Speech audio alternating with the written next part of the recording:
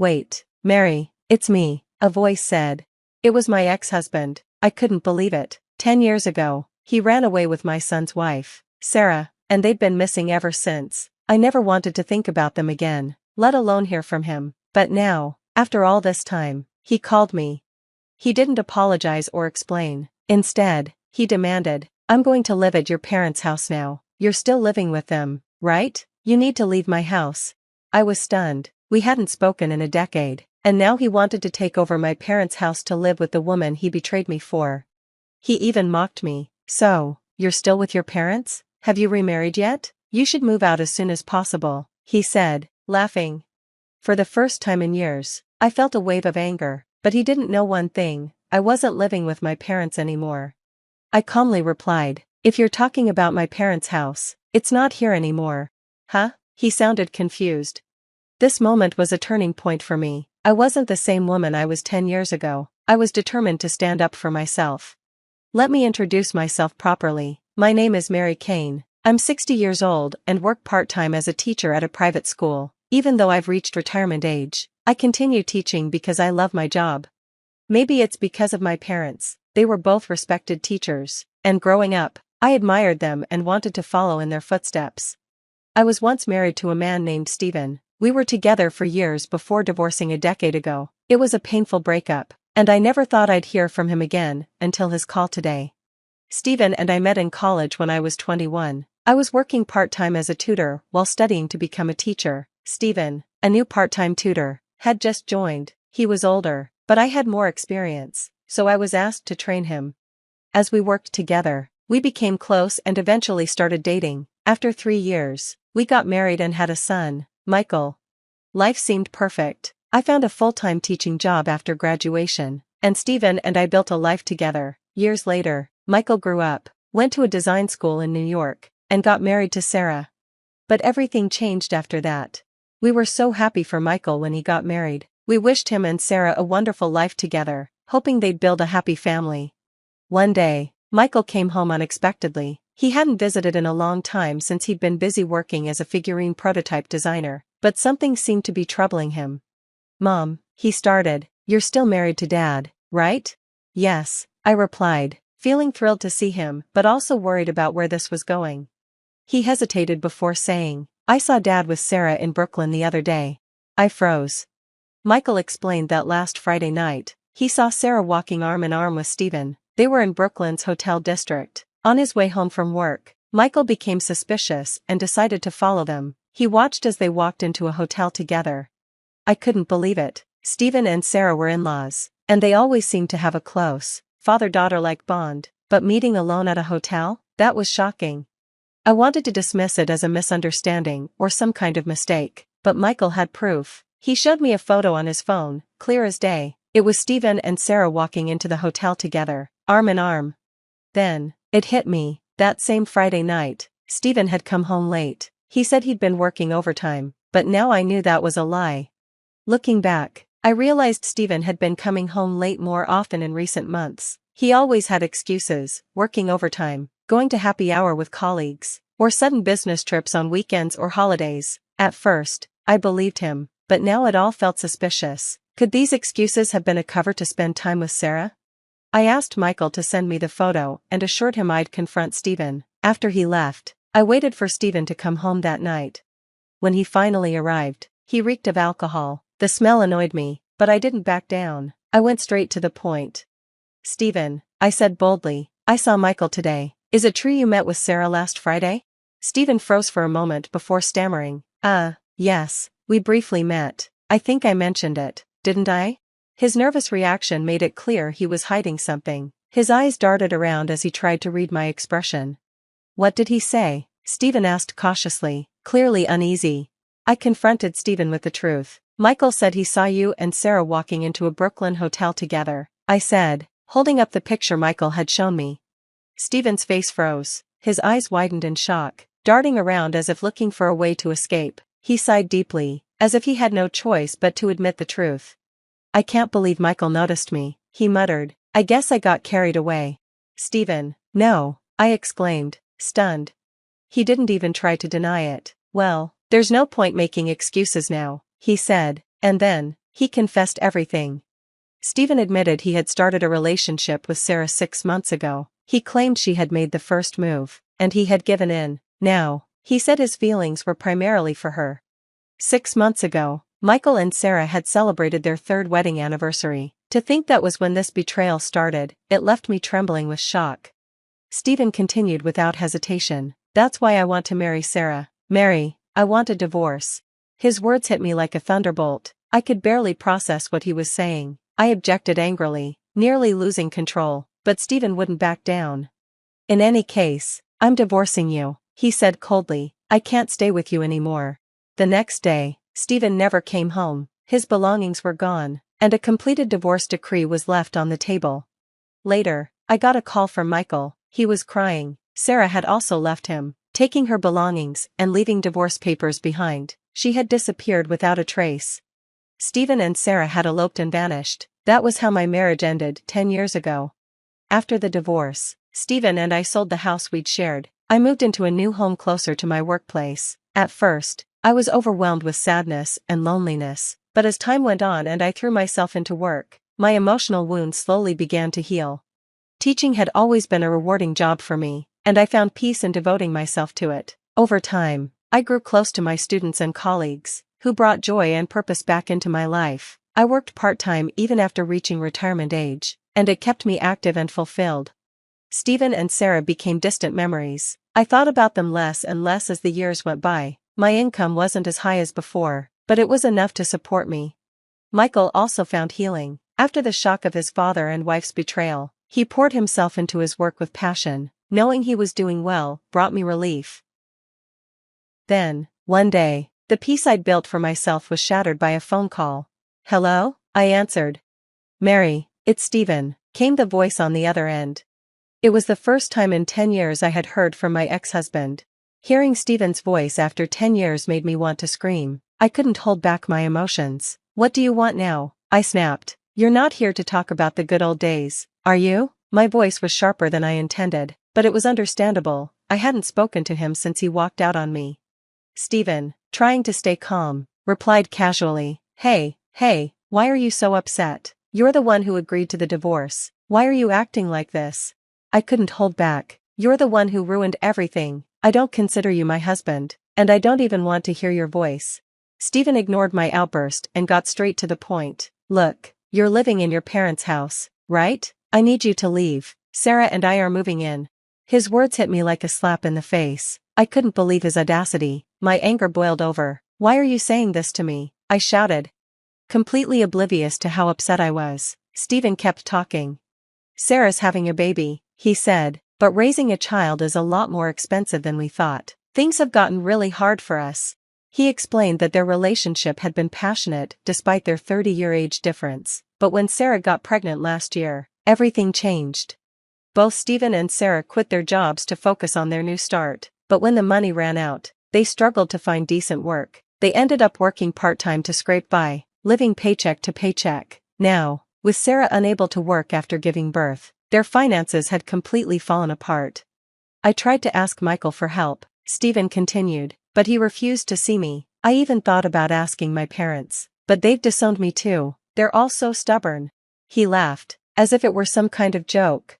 Hearing this, I remembered his family, a strict father, a strong-willed mother, and a serious younger brother. I had met them years ago, and I never imagined they'd tolerate such betrayal. How could Stephen abandon all those relationships and expect help now? "So, you're saying you want me to leave my house for you too?" I asked, my voice trembling with rage. "Yes," Stephen replied bluntly. "Sarah and our baby are more important than you. You're just a single woman with nothing going for her except being a teacher." That cruel remark pushed me over the edge. "Get the hell out of here," I shouted, barely able to contain my anger. Had I been too generous in my memories of him? Over the years, I must have softened the truth, because I never expected Stephen to be this awful. I took a deep breath and said in a cold, low voice, "If you're talking about my parents' house, it's gone. It's not yours, and it never will be." When Stephen demanded the family home, I told him the truth. My father passed away 3 years ago, and my mother last year. The house was too big for me to live in alone, so I sold it. I don't have it anymore, Stephen. Stephen was stunned. "Huh? What do you mean? Where do you live now?" I'm not telling you where I live, I said firmly, and even if I did, I wouldn't let you in. Don't ever come here. Stephen lost his temper. What about my inheritance? When your parents died, the family home and the money should have gone to me, right? His words made me furious. How could he talk about my parents' deaths so coldly, only thinking about money? Stephen must have been planning to take not just my savings, but also my parents' inheritance. But he didn't know the truth. My parents, outraged by Stephen and Sarah's betrayal 10 years ago, had disinherited him entirely. When Michael and I told my parents what Stephen and Sarah had done, they were devastated. They had treated Stephen like their own son and trusted him completely. His betrayal hurt them deeply. Before their deaths, my parents made their wills very clear. They left everything to me, including the family home, to ensure people like Stephen and Sarah wouldn't get anything. My father passed away 7 years after the betrayal, and my mother just last year. Although it was hard to let go of the house filled with memories of my parents, it was too big for me to live in alone. Following their wishes, I sold it, knowing they would have preferred it to go to someone worthy rather than Stephen and Sarah. When I told Stephen this, he exploded. Don't play dumb with me, you can't just take everything like that. I kept my composure. I inherited the property legally. Stephen, my parents wouldn't have forgiven me if I let you have it after everything you did. Stephen had done nothing but wander aimlessly with Sarah. He had no right to interfere in my life now. After he realized he couldn't manipulate me, he hung up the phone in frustration.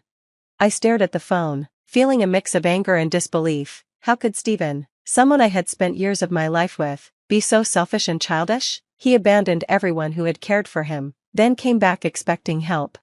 Just as I was processing my frustration, my phone rang again. It was Sarah. I didn't even know your parents were dead, she snapped. How could you be so heartless and not tell me? They were my in-laws.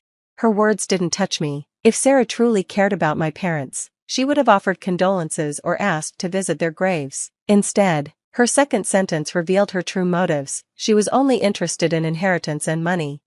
This only confirmed what I already knew. Neither Stephen nor Sarah deserved to sit in front of my parents' altar. I cut her off mid-sentence with a few sharp words and hung up the phone.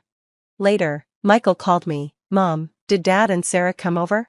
No, I told him, but they called asking about my parents' house and inheritance. On the other end of the line, I heard Michael sigh heavily. Michael called me again. Mom, I thought they might contact you since they came to my place the other day. Michael, are you all right? Did they do anything to you? I asked, worried. I'm fine, Mom. They just banged on my door and made a big scene, but when I said I'd call the police, they ran off. But I have an idea. Michael explained his plan, and I decided it was time to put an end to the cycle of problems caused by Stephen and Sarah, not just for me, but to protect my son, who was starting fresh. A few days later, Stephen called, sounding upset. Hey, Mary, did you do this? You're awfully quiet now, huh? What are you talking about? I replied calmly.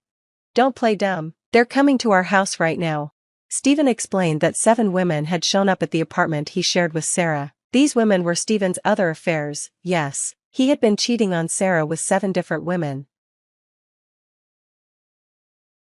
Sarah had no idea about Stephen's infidelities, and when the women began shouting and fighting, Stephen became furious and lashed out at Sarah. Meanwhile, Sarah packed her belongings, and a massive argument erupted.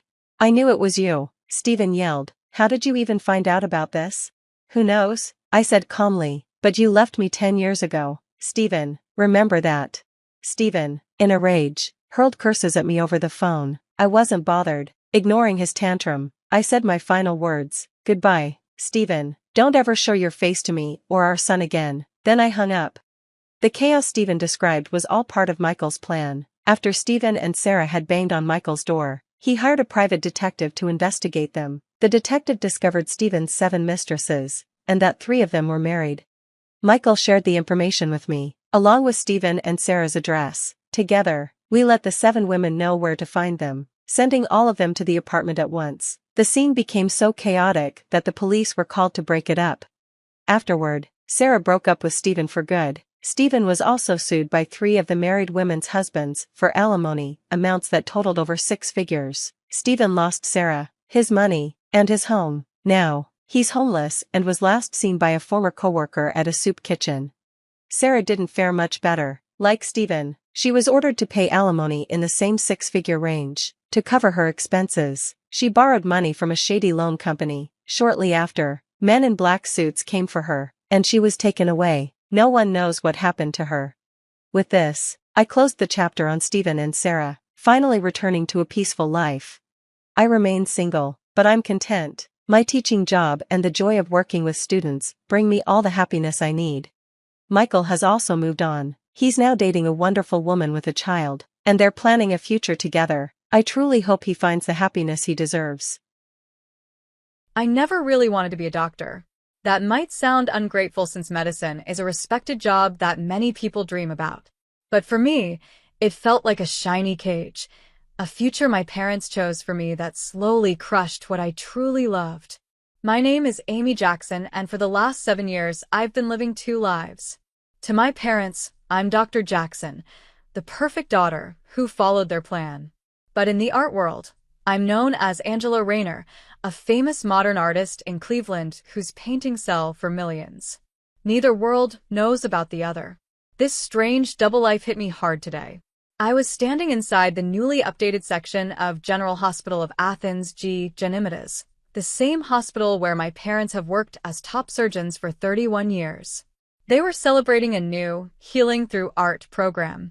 And right there, in the center of the hospital lobby, was one of my newest paintings, a giant, colorful canvas full of life and energy. It had been sold anonymously through my gallery for $4 million. My mom stood next to me, looking at it closely like she was examining a patient. "I don't understand this modern art," she said, frowning. $4 million for messy paint? The hospital board must be crazy. She had no idea that money would cover an entire year of medical care for kids in the hospital. Then my dad walked up, his white coat as clean as ever. "Well, at least it brings some color here," he said. "Though I wish they spent that money on better equipment." I stayed quiet, thinking about the night I made that painting. I had just finished a long 40-hour shift at their hospital. Instead of sleeping, I went straight to my hidden studio. All my emotions came out in that painting, the tiredness, the stress, and the pain of pretending to be someone I wasn't. But my real story starts 11 years ago, when I was 19. I told my parents I wanted to go to art school. My dad's voice shook the house. "Absolutely not," he shouted, making the glass dishes in the cabinet rattle. "No daughter of mine will waste her life painting pictures." I stood in our living room, holding the acceptance letter from a top art school in my shaking hands. These were the same hands that had secretly won 3 national art contests using a fake name. The same hands my parents wanted to train for surgery, not painting. "But Dad, I got a full scholarship," I said quietly. "They said I'm one of the best young artists they've seen in years." My mom sat stiffly on the leather couch, her face calm but cold, clearly disappointed. "Amy, we've spent everything getting you ready for medical school. Extra classes, summer programs, and CAT prep. This is not up for debate." "I never asked for those things," I said, my eyes starting to sting. "I never wanted." "Enough," my father said, cutting me off. "You think art will give you a real future? You think you can make a living drawing pictures? Look at your cousin Jerry, he tried being creative. Now he's 36 and still living at home." "But I'm good at it," I whispered.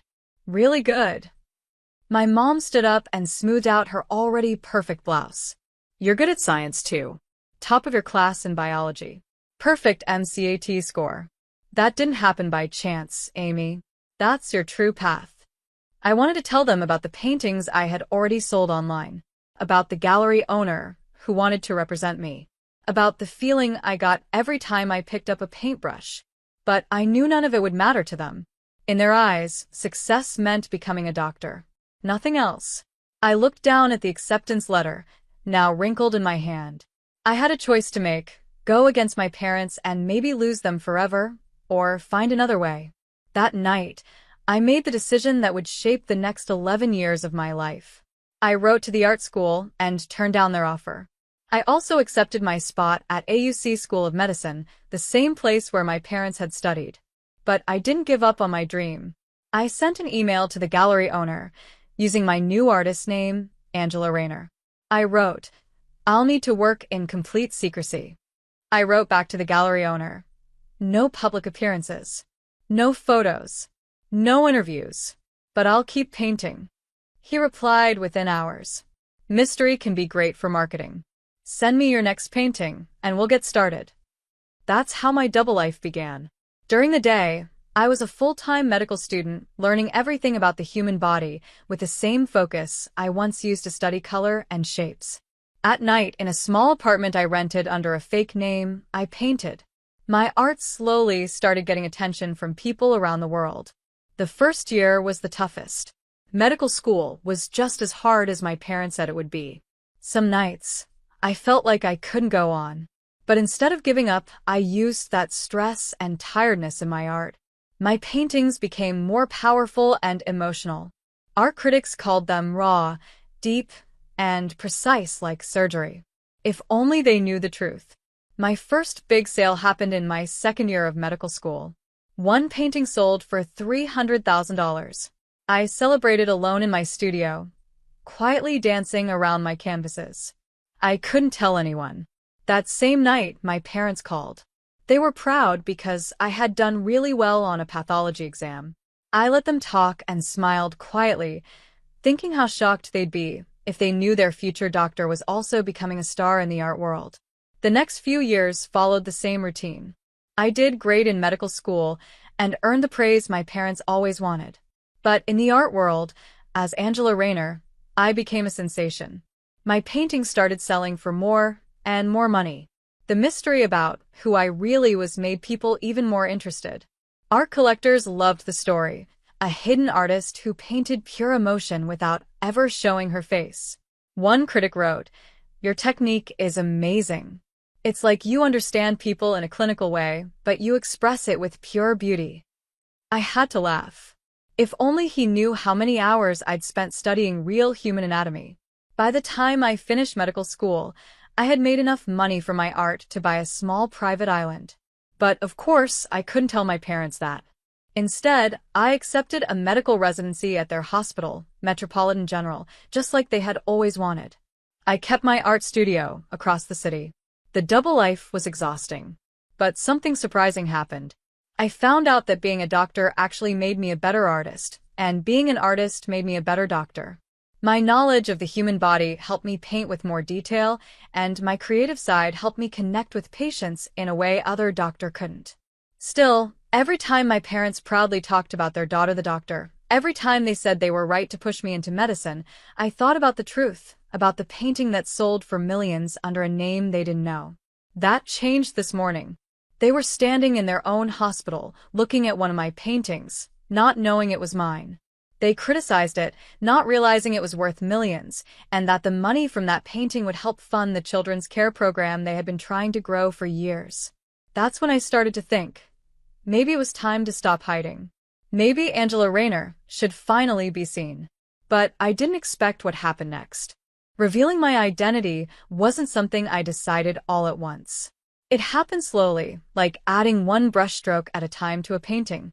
Each small moment pushed me closer. My father's comment about the hospital painting was just the last push. What he didn't know was that another one of my pieces was being shown that same night at the American Museum of Natural History. Still wearing my white doctor's coat, I stood in the hospital hallway and checked my phone.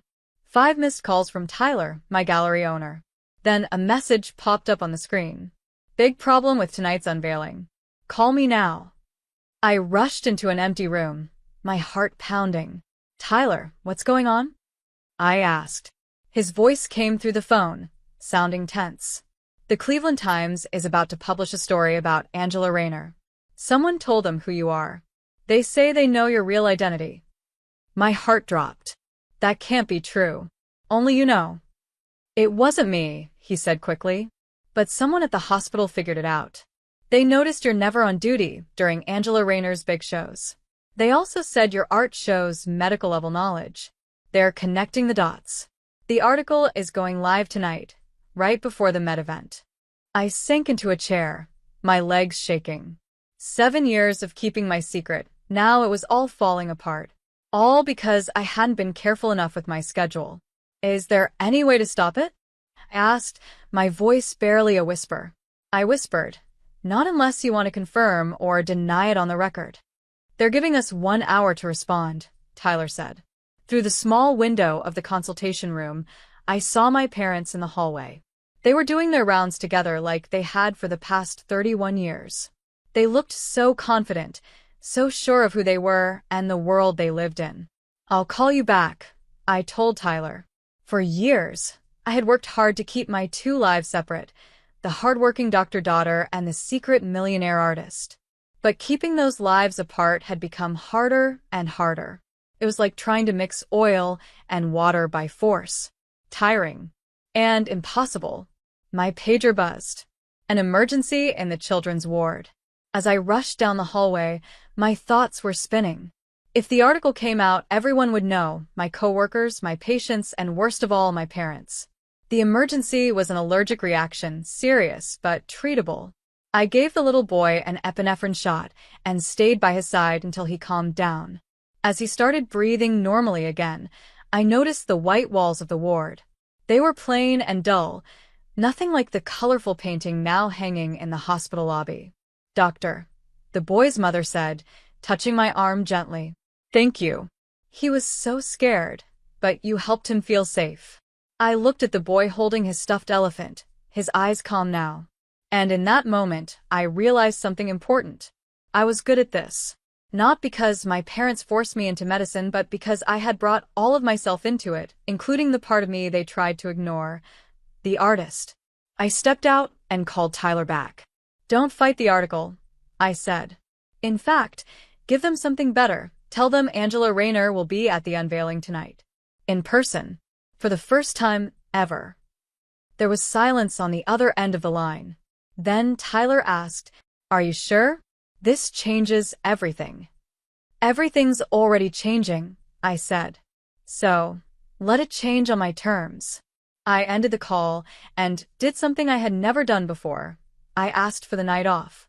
My supervisor was surprised, since I never changed my schedule. But with my excellent record, they agreed. Then I called my parents' office. "Mom, Dad, I need you to come to the American Museum of Natural History tonight. There's something you need to see." "The museum?" my mom said, confused. "Anna, we have dinner plans with the hospital board." "Please," I said firmly, cutting her off. "This is more important than dinner." There was a pause. Then my dad asked, "What time?" Back home, I opened the hidden closet where I kept my Angela Rayner clothes. Unlike my usual doctor outfits, these were full of color, style, and personality, each one chosen to speak without needing words. I picked a hand-painted silk dress, one I had made myself. Every brush stroke on it told a part of my story. As I got dressed, I thought about the painting that would be shown tonight. It wasn't like my other work. This one felt more personal, more honest. I called it Daughter of Medicine. In that painting, I tried to show my double life. At the center was a woman in a white doctor's coat, but her shadow on the wall was an artist at a canvas. Medical tools turned into paintbrushes. Hospital hallways were filled with bright colors. And across the whole painting ran the golden line of a heart monitor, steady and strong. I had painted it during a week of night shifts in the ICU. I added each layer in short, quiet moments between rounds. Sometimes, my tears of exhaustion mixed with the paint. That piece was my confession and my truth. And tonight, if the sale still happened after my identity reveal, it would sell for $4.5 million. My phone buzzed again. It was Tyler. "The Times agreed to wait until after the unveiling to publish the story," he said. "But social media is already going wild. You're trending." I looked at myself in the mirror, wearing the elegant dress of an artist, with my hospital ID still clipped to my bag out of habit. For the first time in years, I didn't feel torn between 2 lives. I felt whole. "Let them talk," I said calmly. The museum was packed when I arrived. The event had already been called the biggest art night of the season. People were even more excited because of the rumor Angela Rayner might finally show up. I spotted my parents near the entrance. They looked a little out of place in their work clothes, clearly unsure of what was going on. They hadn't seen me yet. Behind them, hidden under a velvet cover, was my painting, my truth. In less than an hour, everything in my life would change. Tyler came up beside me, looking nervous. "The press is everywhere," he whispered. "This is your last chance to walk away." I shook my head. Not this time. The museum director walked up to the podium and tapped the microphone. "Ladies and gentlemen," he said, "welcome to this special evening." I started walking through the crowd, slowly making my way toward my parents. My heart was racing, but I kept my steps steady. Years of dealing with emergencies at the hospital had taught me how to stay calm under pressure. The director kept speaking. "Tonight, after 7 years of mystery, we are honored to reveal the identity of the artist known as Angela Rayner." Just as the velvet curtain started to fall, I reached my parents. "Mom, Dad," I said softly. "There's something I need to tell you." "I need to tell you something," I said. My parents turned around. Their eyes widened as they looked at me. I looked so different from the serious doctor they were used to seeing. Behind them, the painting was now fully uncovered. The crowd gasped. "I'm Angela Rayner." Those words hung in the air between us. Camera flashes lit up all around us. My mom's face turned pale. My dad's jaw tightened. In their eyes, I saw something I'd never seen before. Complete shock. Before they could speak, before they could even understand what I had just said, something unexpected happened. Something that would turn this special night into a moment that would change not just my life, but the entire art world. There was silence for just a few seconds, but it felt much longer. Then chaos began. Flashes went off like strobe lights. Reporters started shouting questions.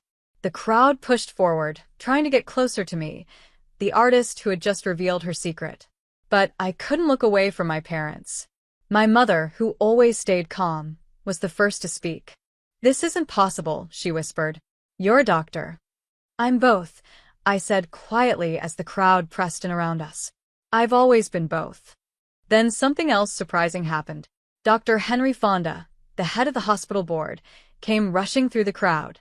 He looked excited and a bit out of breath. "The painting in the hospital lobby," he said. "The one we showed this morning, that was you?" I nodded. His next words made everything even more intense. "We have to cancel the purchase. We can't accept a $4 million donation from someone who works at the hospital." The reporters went wild again. I could already hear the headlines forming. "Doctor secretly donates millions to her own hospital." But then my father spoke, cutting through the noise. "Donation," he said, turning to Dr. Fonda. "What donation?"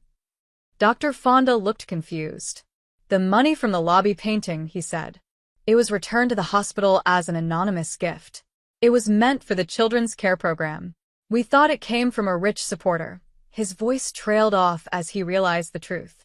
My father turned back to me, his face hard to read. "How many paintings?" he asked. "How much?" Tyler, my gallery owner, stepped forward like a true professional. 40 major pieces, he said.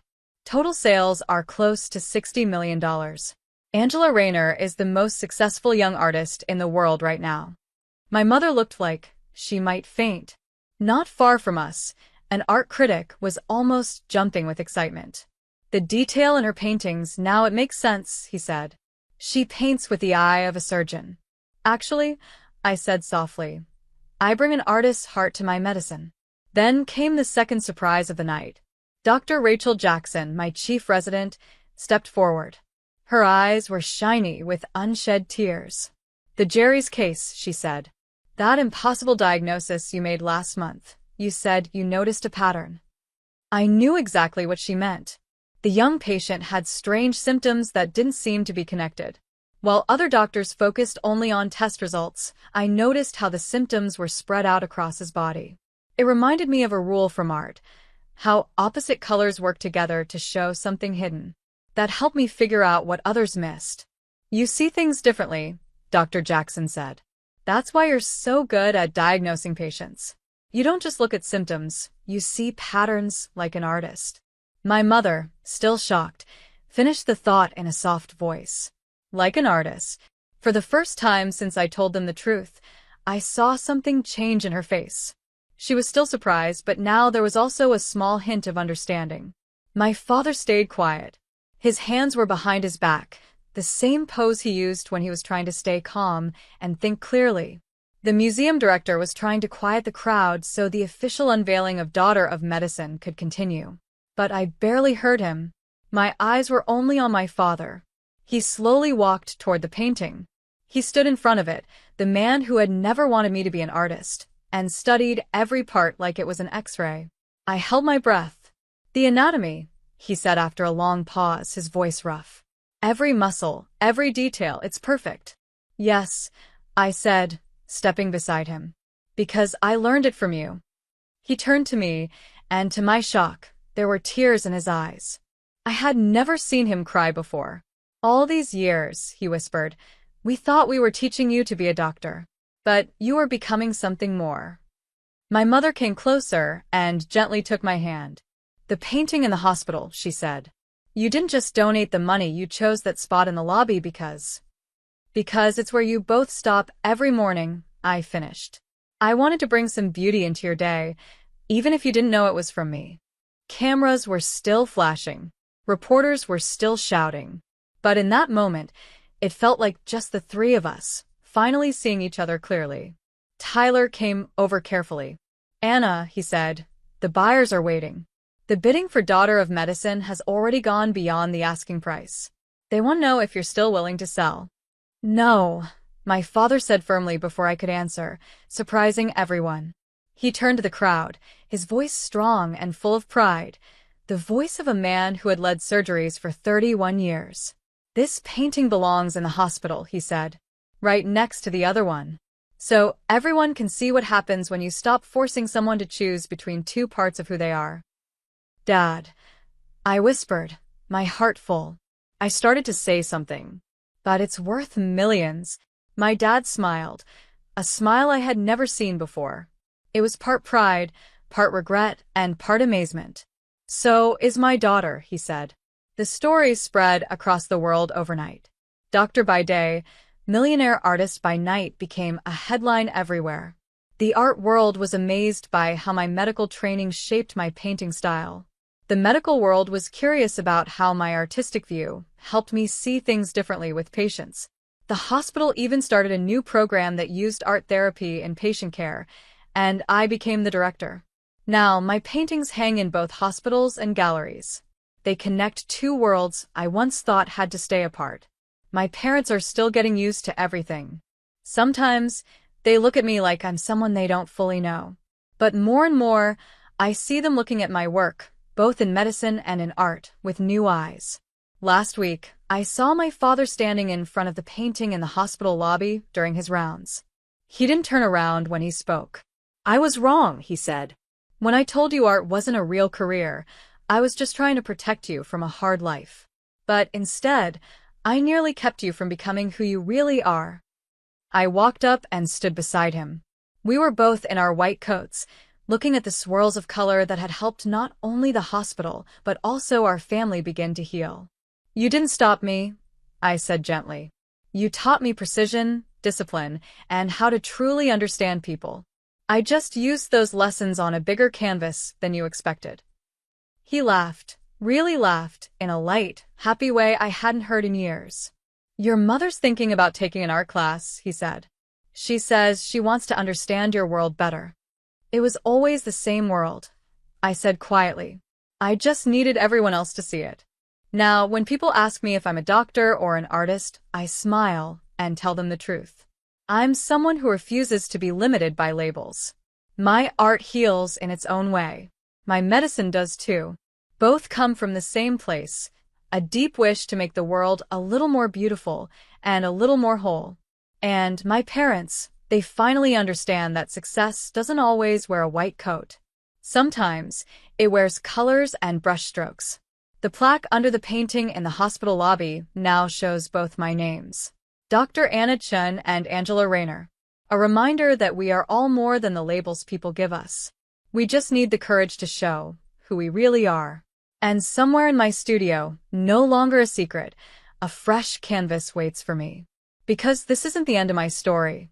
It's just the first time I'm signing it with my real name. My name is Barbara, and I'm the oldest of two daughters. From as far back as I can remember, I've always been the serious one, the independent one. My sister, Michelle, was the exact opposite.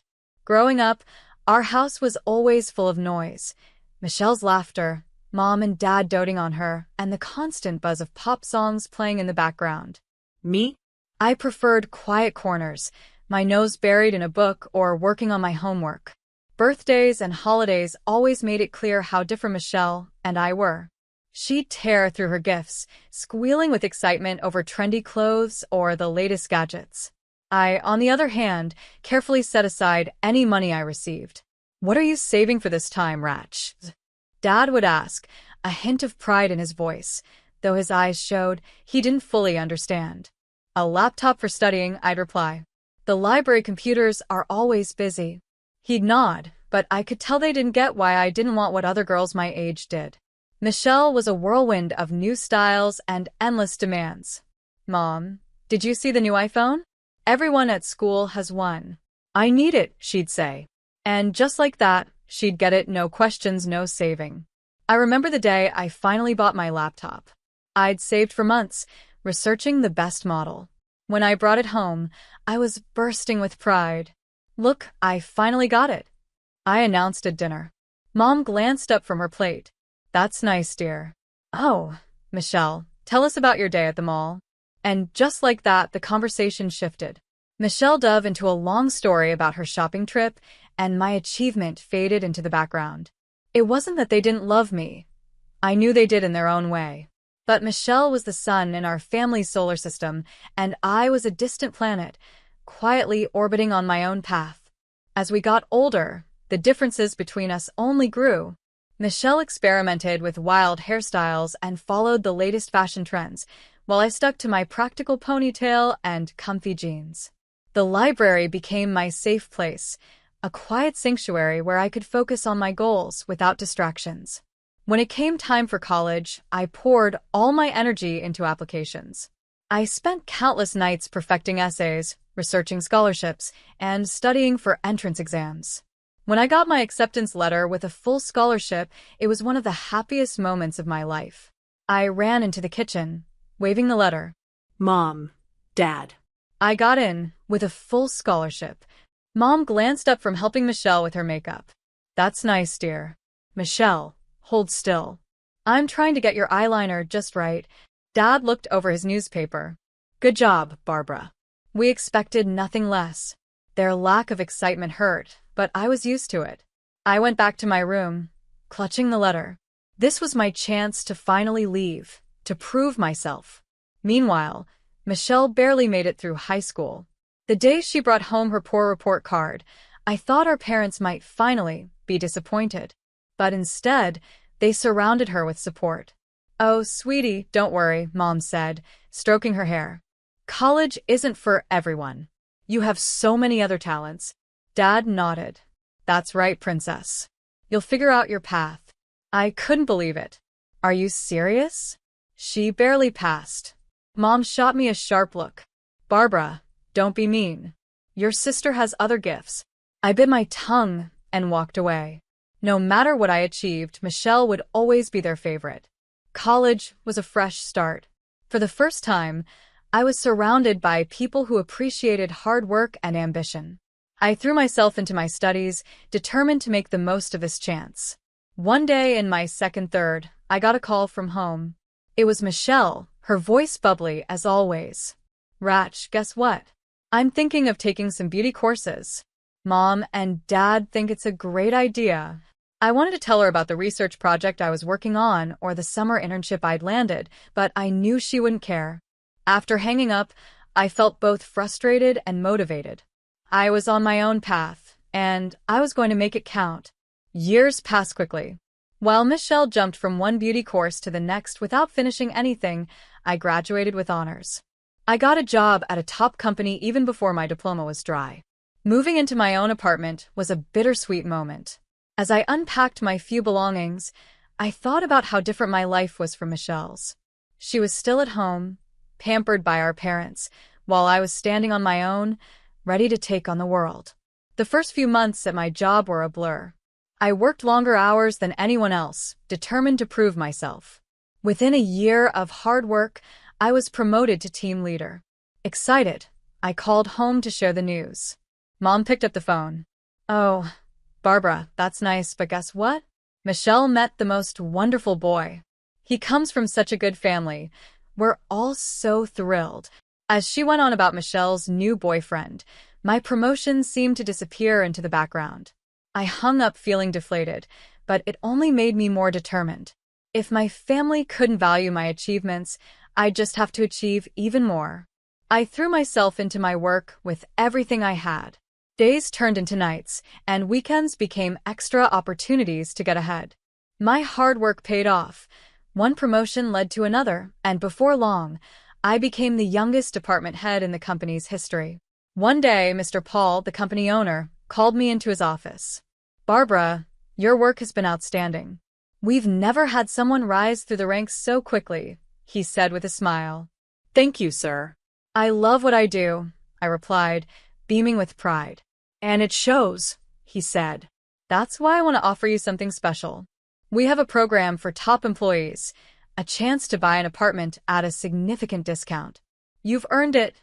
The next few weeks were a blur of paperwork and planning, but when I finally got the keys to my new apartment, I felt like I was floating. I decided to host a housewarming party to celebrate with the people who mattered most. Since I didn't have much furniture yet, I bought some inexpensive plastic tables and chairs and set everything up with care. Even the disposable tableware matched the decor.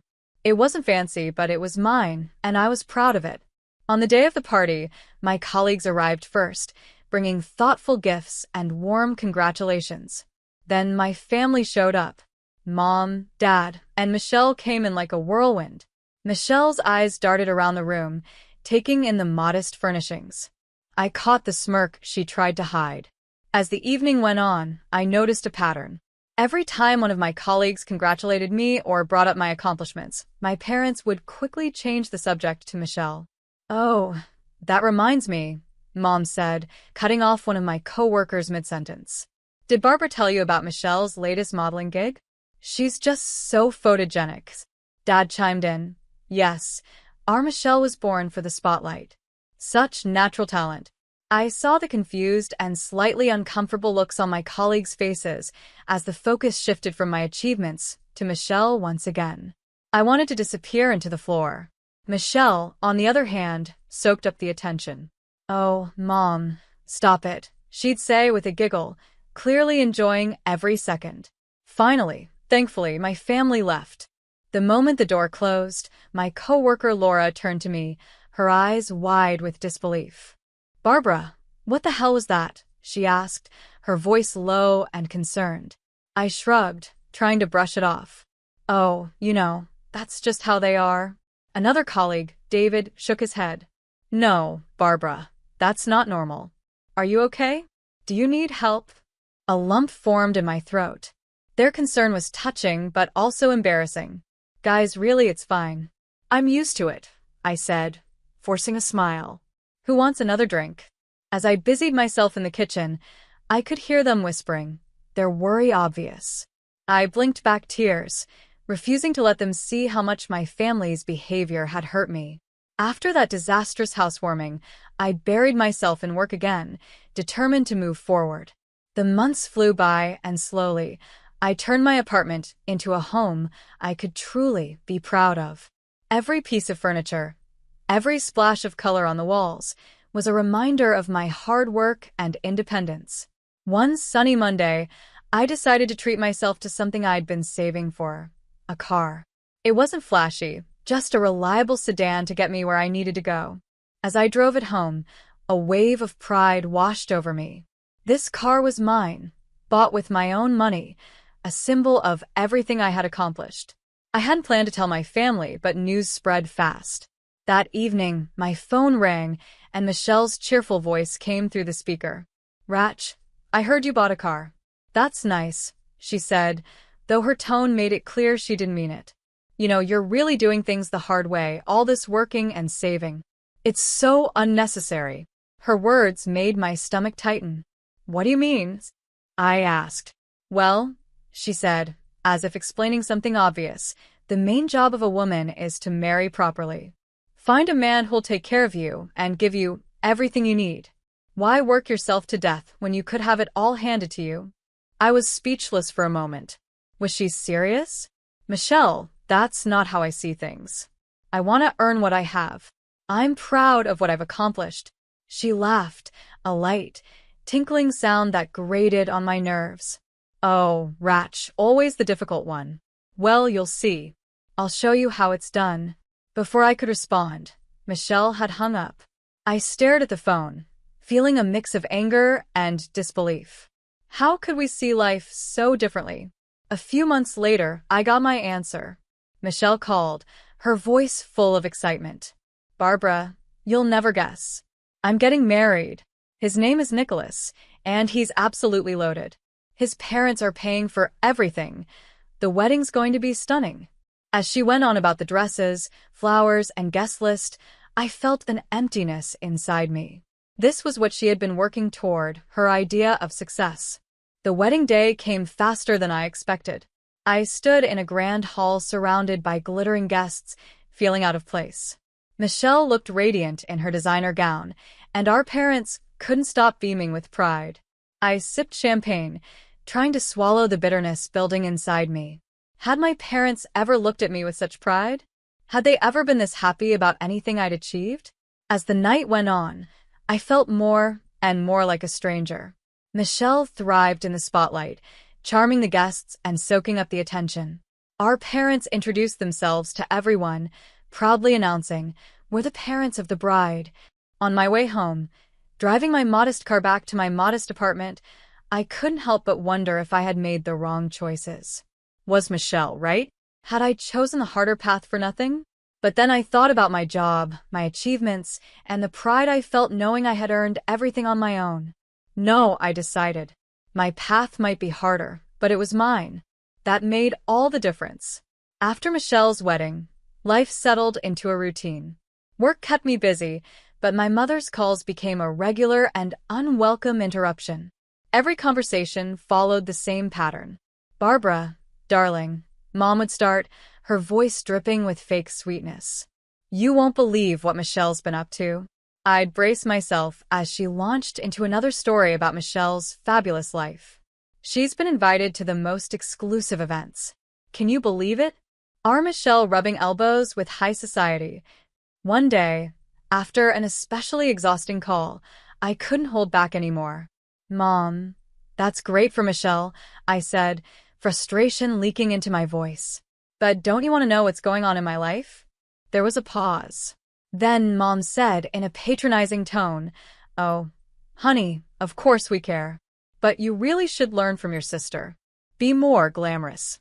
Why work so hard for so little when you could have it all?"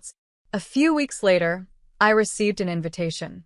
Michelle and Nicholas were throwing a housewarming party for their new luxury apartment, a gift from his parents, naturally. The night of the party, I stood outside Michelle and Nicholas's building, feeling small. I smoothed down my simple dress, took a deep breath, and walked in. The apartment was breathtaking. Every surface sparkled, and every piece of furniture looked like it cost more than I made in a year. My parents were already there, marveling at every detail. I tried to stay in the background, but Michelle spotted me almost immediately. She walked over, holding a champagne flute, her eyes scanning me from head to toe. "Barbara, so glad you could make it," she said, her tone sweet but her gaze critical. "I hope you're taking notes. This is how a housewarming should be done. None of that plastic furniture and disposable dishes nonsense like at your place." My cheeks burned. "Michelle, that's..." But she didn't wait to hear the rest, already flitting off to dazzle other guests, leaving me standing there with the sting of her words. In the weeks that followed, Michelle seemed determined to flaunt her lifestyle at every turn. She bought the most expensive things, clothes, jewelry, you name it. Then came the car. One evening after work, a sleek sports car pulled up beside me. The window rolled down, and there was Michelle, her face smug. "Like it?" she purred. "Just a little gift from Nicholas. Thought I'd take it for a spin." I glanced at my plain but dependable sedan. "It's very nice, Michelle." She followed my gaze and laughed. "Oh, Barbara, always settling for less. You'll always be working for others while I live the good life. Her words stung, but I didn't let her see it. 3 years passed in a blur of spreadsheets, meetings, and promotions as I climbed the corporate ladder. Meanwhile, Michelle seemed happy hopping from one shopping spree to another. Our lives couldn't have been more different, but I'd learned to accept it, or so I thought. Then, on an ordinary Saturday, everything changed. Mom called, her voice shaky. "Barbara, it's Michelle. She's back home. Nicholas left her. He said she's too shallow, too focused on spending his money. He called her stupid. Can you believe it? And she signed a prenup. She has nothing." A wave of emotions hit me. Shock, concern, and, if I was honest, a tiny flicker of vindication. I quickly pushed that feeling aside, ashamed of myself. "I'm coming over," I said, already grabbing my keys. When I arrived at my parents' house, it felt like stepping into a war zone. I could hear Michelle screaming from the driveway. Inside, it was chaos. Michelle was in the living room, mascara streaked down her face, her designer clothes disheveled. She was throwing anything within reach: vases, picture frames, cushions. "He can't do this to me," she shrieked, her voice raw with anger and despair. "I'm Michelle. I'm beautiful. I'm perfect," she cried, her voice filled with rage and tears. Mom and Dad hovered around her, trying desperately to calm her down. "Sweetie, please," Mom pleaded. "We'll figure this out. Dad will buy you a new dress, won't you, dears?" Dad nodded quickly. "Of course, princess. Anything you want." I stood there, watching this strange scene unfold, feeling like I had stepped into an alternate reality. This couldn't be how life was supposed to work, could it? As the days passed, Michelle's tantrums didn't stop. She'd cry for hours, then scream, then demand expensive gifts to make herself feel better. And our parents, eager to keep her happy, gave her everything she asked for. One evening, after another meltdown, I couldn't hold back anymore. "Maybe," I said carefully, "Michelle should consider getting a job. It might help her appreciate the value of money and give her something to focus on." The room fell silent. Then, all at once, chaos erupted. Michelle's face twisted in anger. "A job? Like you?" "Slaving away every day like some peasant," she spat, bursting into tears. She ran upstairs, slamming her door so hard the whole house shook. Before I could even process what had happened, Mom and Dad turned on me. "How dare you?" Mom hissed. "Your sister is going through a terrible time, and you suggest she lower herself to your levels?" "I didn't mean it like that." I tried to explain, but they weren't listening. "Get out," Dad said, his voice cold. "Get out of this house right now." Mom pointed at the door. "Out. "And don't come back until you can be supportive of your sister." In a daze, I grabbed my purse and left. When I walked into my apartment, my sanctuary, I felt a strange mix of emotions. Sadness at being rejected by my family, anger at their blindness to Michelle's faults, and, oddly, a sense of relief. For the first time, I saw how toxic my family had been all these years. Life has a funny way of surprising you when you least expect it. Just days after the blow-up with my family, I got news that left me stunned. I had won a company contest. The prize? A 5-month, all-expenses-paid cruise around the world. In a moment of weakness, or maybe hope, I decided to call my parents. Maybe this good news could heal the rift between us. "Mom, Dad, you won't believe it. I want to cruise around the world." The silence on the other end of the line was deafening. Then, my mother's cold voice broke through. "Barbara, how can you be so selfish? Your sister is going through a terrible time, and you're bragging about vacations?" I felt like I'd been slapped. "I'm not bragging," I said quietly. "I just thought I started, but Mom cut me off." "If you had any decency, you'd give that ticket to Michelle," she said sharply. "She needs a change of scenery. You can stay home and work, like you always do." Something inside me snapped. Years of frustration poured out all at once. "No," I said firmly. "I won this trip. I earned it. I'm not giving it up because Michelle made bad choices. I'm going."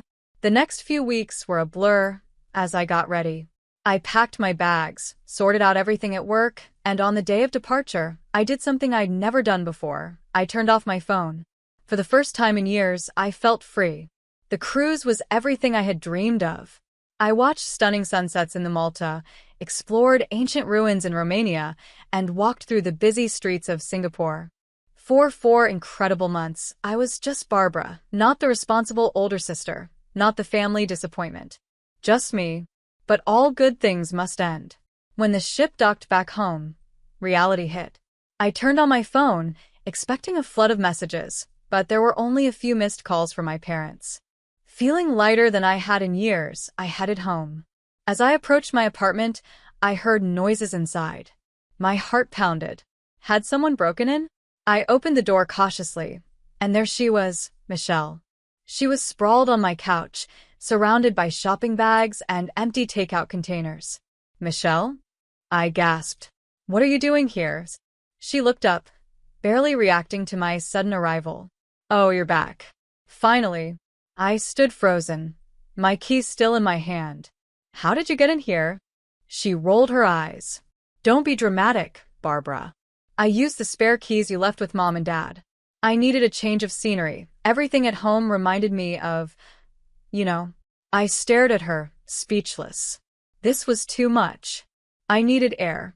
I'm going to the store, I muttered, grabbing my car keys and heading outside. But when I got to the parking lot, my car was gone. Panic set in as I called my parents. Mom picked up, her voice overly cheerful. Barbara, dear. How was your trip? Where's my cars? I cut straight to the point. There was a pause, and then Dad came on the line. We sold it. The world seemed to spin. You what? Michelle needed cheering up, Mom said casually, as if it was no big deal. We used the money to take her shopping and to the spa.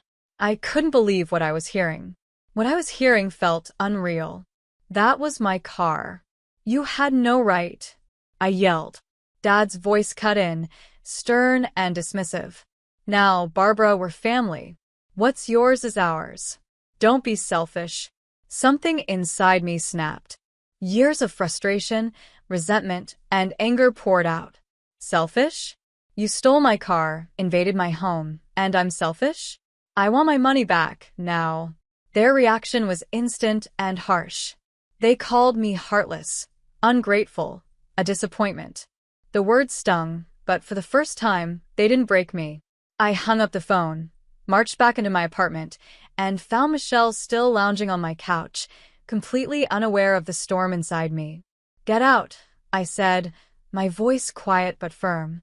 Michelle looked up shocked. What? Get out. Now?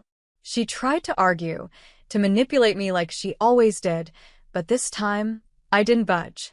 For the first time, I put myself first. The next day, I hired a lawyer and sued my parents for the value of my car. They were furious, threatening to disown me and cut me out of their will. But I didn't back down. The case went to court. It was exhausting, laying out years of emotional manipulation and financial abuse for strangers to hear. But in the end, justice was served. The judge ruled in my favor, and my parents were forced to sell their house to repay me. They moved into a small apartment, telling anyone who would listen that I was the villain who had ruined their lives. But for once, their words couldn't touch me. As I drove home in my new car, fresh from the dealership, I felt lighter.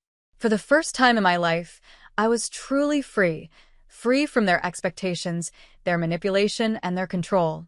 I made the difficult decision to cut off all contact with my family. The first few months were tough. There were moments of doubt and loneliness, but slowly, I began building a life on my own terms. I poured myself into work and rose quickly through the ranks. I made new friends who valued me for who I was, not what I could do for them. I traveled, picked up new hobbies, and discovered things that brought me joy. Most importantly, I learned to love myself, to value my strength, determination, and worth. Now, as I sit in my office, looking out over the city skyline, I can't help but smile. The path I chose wasn't easy, but it was mine. I built this life step by step, decision by decision, and I wouldn't change a thing. I used to think I had a perfect life. Everything seemed to fall into place so effortlessly. After graduating from university, I landed my dream job, the one I had always hoped for. Not long after, I met Colton. He was charming, kind, and had a steady job that gave us security. We got married when I was 26, and I felt like the luckiest woman alive. Colton and I shared a wonderful bond. We enjoyed each other's company and created a life filled with laughter and love. For years into our marriage, we felt ready to grow our family, and that's when our daughter, Anna, came into our lives. We lovingly called her Anna, and she brought a new kind of joy we never knew existed. At that point, I decided to leave my job to focus entirely on raising Anna. My name is Chelsea, and I'm 31 years old. Becoming a full-time mom wasn't something I had planned early on, but the moment I held Anna in my arms, I knew I wanted to dedicate myself to her. She's now 3 years old, a little bundle of energy who fills our home with her laughter and innocence.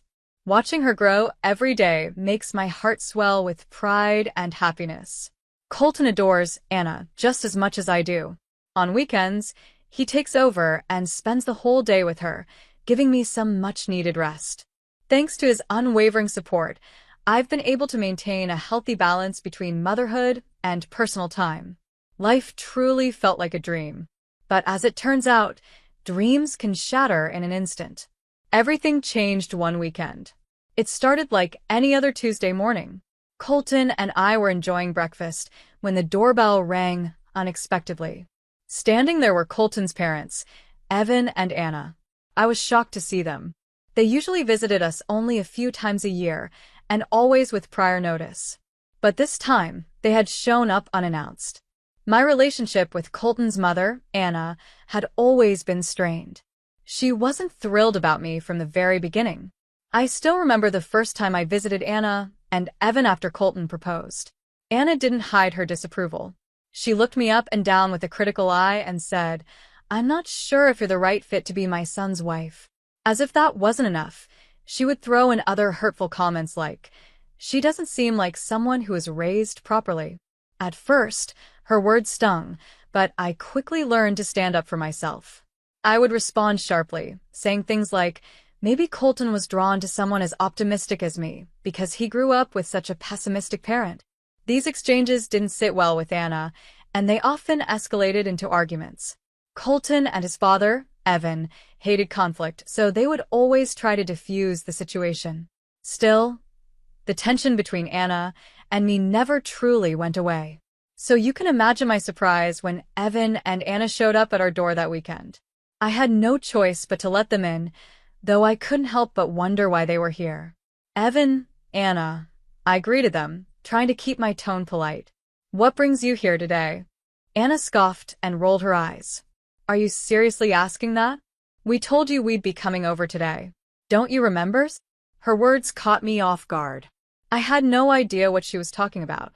Before I could respond, Colton stepped in with an apologetic look. "Hey, Chelsea," he said sheepishly. "I forgot to mention that my parents were coming over today." "Sorry about that." I stared at him, feeling a mix of frustration and disbelief. This wasn't just a minor slip-up. This was the kind of thing that could have given me time to prepare mentally and emotionally. I couldn't believe what I was hearing. How could Colton forget to tell me something this important? My mind raced as I stood in the kitchen, quickly brewing tea for everyone. Colton has always been a bit forgetful, but this was on another level. Carrying the tea tray into the living room, I plastered on a polite smile. "So, Evan and Anna, what brings you here today?" I asked, trying to keep my tone light. Anna gave me a look that could cut glass. "What? Colton didn't tell you?" I spoke to him about this already. "Honestly, Chelsea, are you two having trouble communicating?" Her words felt like a slap. It wasn't her place to say such things, but I held my tongue. Instead, I turned to Colton, hoping he'd step in and clarify. He looked visibly uncomfortable, shifting in his seat before finally speaking. "Actually," he began hesitantly, "I've been meaning to talk to you about this, Chelsea. My parents and I have discussed it, and we've decided we're going to move in with them." My jaw dropped. What? Colton avoided my gaze. "You remember my dad broke his leg recently, right?" Ever since then, I've been really worried about him. Plus, my parents are in their 70s now, and I think it's best for us to move in with them so we can take care of them. I blinked, trying to process what he was saying. Wait a minute. Are you saying you've already agreed to move in with your parents? Without even discussing it with me? Colton nodded hesitantly. Yes. I don't think it's a bad idea. I felt a wave of disbelief and frustration wash over me. How could he think it was okay to make such a major decision without even consulting me? This wasn't just about him, it was about our family, our home, and our lives. Anna, of course, couldn't resist chiming in. Chelsea, don't tell me you're opposing this idea. We didn't come here to hear your opinion anyway. What matters is what Colton decides. Her words lit a fire in me. Taking a deep breath, I replied firmly, this is an important decision for a husband and wife to make together. Let me discuss this with Colton, and we'll come to a decision. Anna's eyes narrowed as if she couldn't believe my audacity. With an irritated huff, she stood up. Fine. But I hope you're not too sassy about this, Chelsea. She and Evan left shortly after, leaving behind an air of tension that clung to the room like a storm cloud. As soon as the door closed, I turned to Colton. Why didn't you say anything about this to me? I demanded. I'm sorry, he stammered, looking genuinely remorseful. Colton, this isn't a minor decision. Moving in with your parents affects both of us. You should have talked to me first. I was just worried about my dad, he admitted, his voice barely above a whisper. And being worried about your dad doesn't give you the right to make a decision like this without me, I shot back. We're a team, Colton. Important things like this need to be discussed together. You're right, he said, nodding. I'm sorry, Chelsea. I'll make sure to talk to you first in the future. I sighed, still feeling the weight of the conversation. So, what do you want to know? How I feel about moving in with your parents? He hesitated, then nodded. Yes. What do you think? Honestly, I said, crossing my arms. I don't want to live with your parents. You know how your mom and I don't get along. Living under the same roof would be a disaster. I figured you'd say that, he murmured, looking down. But is there any way you'd reconsider? I'll do anything. I studied him carefully. He seemed sincere, but I wasn't going to agree without conditions. Fine, I said finally. If we move in, you have to protect me from your mom. If she says anything mean to me or picks on me, you need to stand up for me. No more letting her get away with it. Colton's eyes widened. What? Protect you? From my mom. Yes, Colton, I said firmly. And let me be very clear. If you can't do this, if you can't promise to stand up for me when she crosses the line, then I'll leave. I'll take Anna and go back to my parents' house. And if it comes to that, we might as well get a divorce. Divorce? His voice rose in disbelief. Isn't that a bit extreme? No, it's not, I said, my tone unwavering. That's how serious I am about this. I refuse to live in a toxic environment where I'm disrespected. If you can't promise to protect me, then there's no point in us continuing this conversation. Colton looked at me, a mix of guilt and determination in his eyes. Okay, he said finally. I promise. I'll protect you from my mom, no matter what. Just don't ever say you'll leave me again. I'll do whatever it takes to make this work. For the first time that day, I felt a flicker of hope. Good, I said softly. Then we'll try. But you have to mean it, Colton. No half measures. I mean it, he said, taking my hand. I'll protect you, Chelsea. Always. As I looked into his eyes, I wanted to believe him. But deep down, I knew this was only the beginning of a very long road. After much deliberation, I decided to agree to move in with Colton's parents for now. But I made it crystal clear to myself, if Colton failed to keep his promise to stand up for me, I wouldn't hesitate to move out, no matter what. This arrangement wasn't permanent, and I was determined to protect my peace. A few weeks later, we packed our belongings and moved into Evan and Anna's house. From the moment we arrived, Anna made it clear that living under the same roof wasn't going to be easy. As soon as she opened the door, she greeted us with a cold, sarcastic smile. "Oh, you're finally here," she said, her voice dripping with insincerity. "Well, please don't cause us any trouble while you're here. I felt my temper flare but quickly nudged Colton, who stood beside me. He glanced at me, then at his mother, looking nervous but resolute. "Mom," he said firmly, "you're the one who asked us to move in and suggested this arrangement. So, I think it's only fair that you treat us with respect. And, of course, not cause us any trouble either." Anna blinked, surprised by Colton's uncharacteristic response. But she quickly recovered, plastering a smile on her face. "Well, yes," she said with a dismissive wave. Come on in. "I'll make some tea." I couldn't help but feel a small spark of hope. Colton had actually stood up for me, even in front of his mother. It wasn't much, but it was a start. Maybe, just maybe, I could manage living here if he kept his promise. After settling our luggage in our assigned room, we joined Evan and Anna in the living room for tea. As we sipped, the front door suddenly opened, and I heard footsteps approaching. I turned toward the doorway, curious to see who it was. "I'm home," a cheerful voice called out. Standing there was Sophie, my sister-in-law. "Oh, are Colton and his family visiting today?" she asked, glancing at Anna. Anna raised an eyebrow. "I told you yesterday that they were moving in," she said. Sophie's casual demeanor confused me. Sophie," I said cautiously, "are you living here now?" Sophie beamed at me as if the answer should have been obvious. "Of course. Didn't Colton tell you? I've been back living here for 4 months now." I froze, stunned. Colton had never mentioned this to me. I turned to him, glaring. He looked sheepish, scratching the back of his neck. "Oh, I forgot to tell you," he mumbled, avoiding my gaze. My patience was already wearing thin. This was the first major oversight since we moved in, and I quietly noted it as strike one.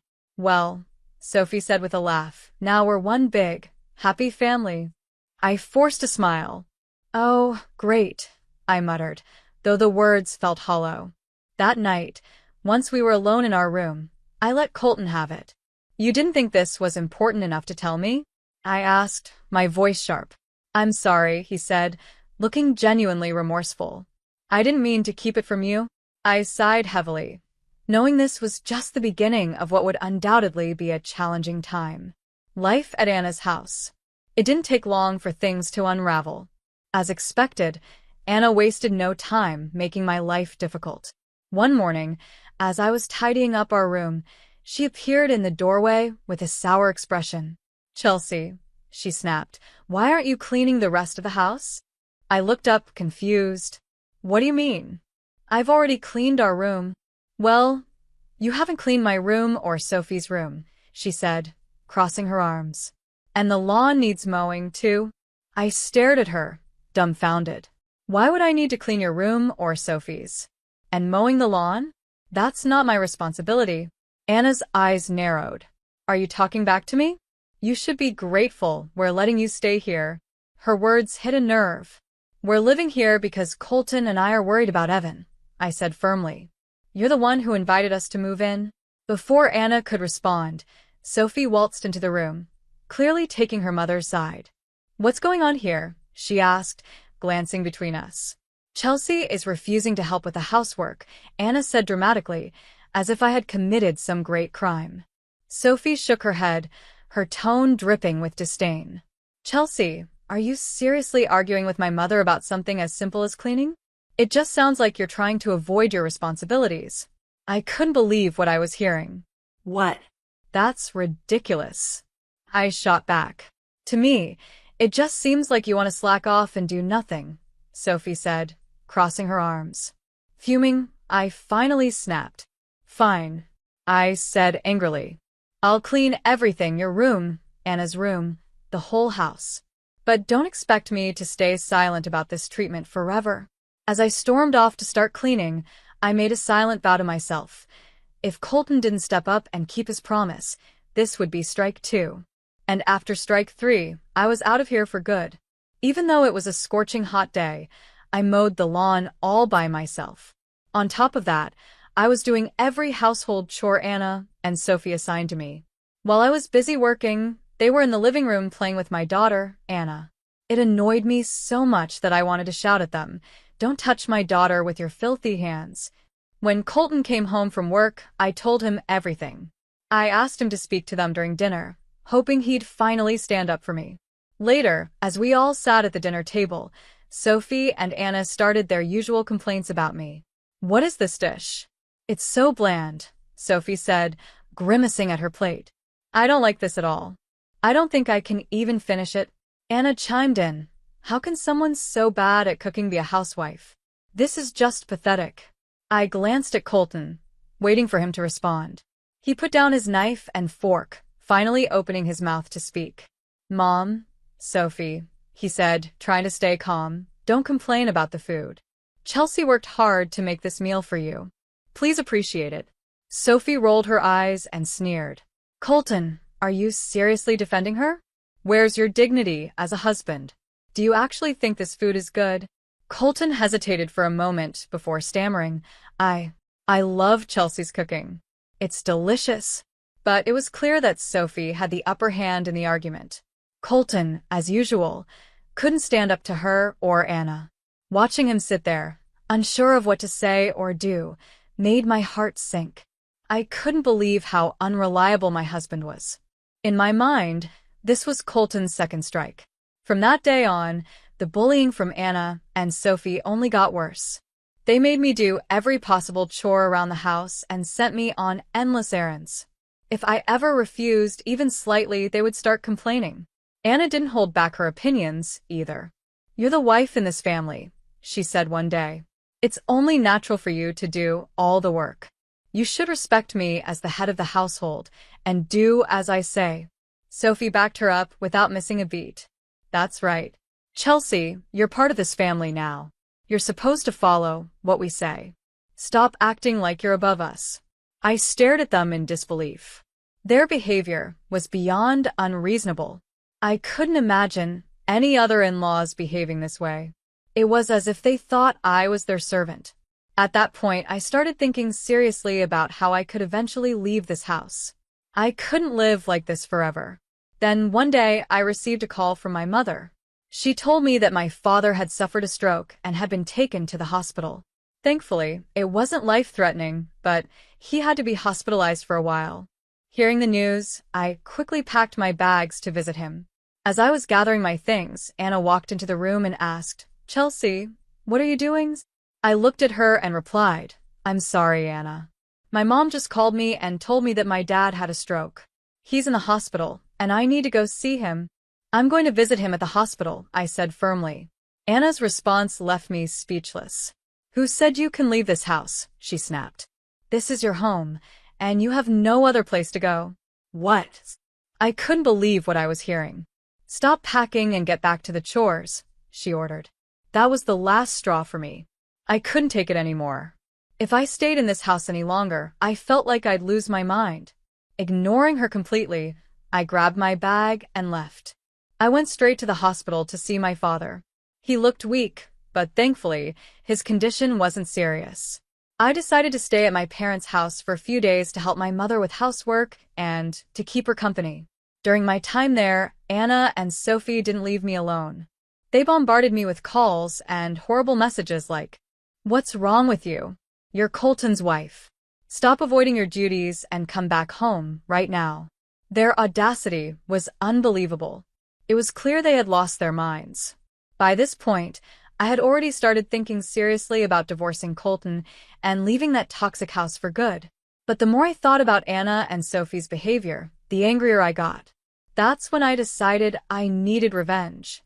I knew revenge would take time and planning, so even though I hated the idea, I returned to Anna's house.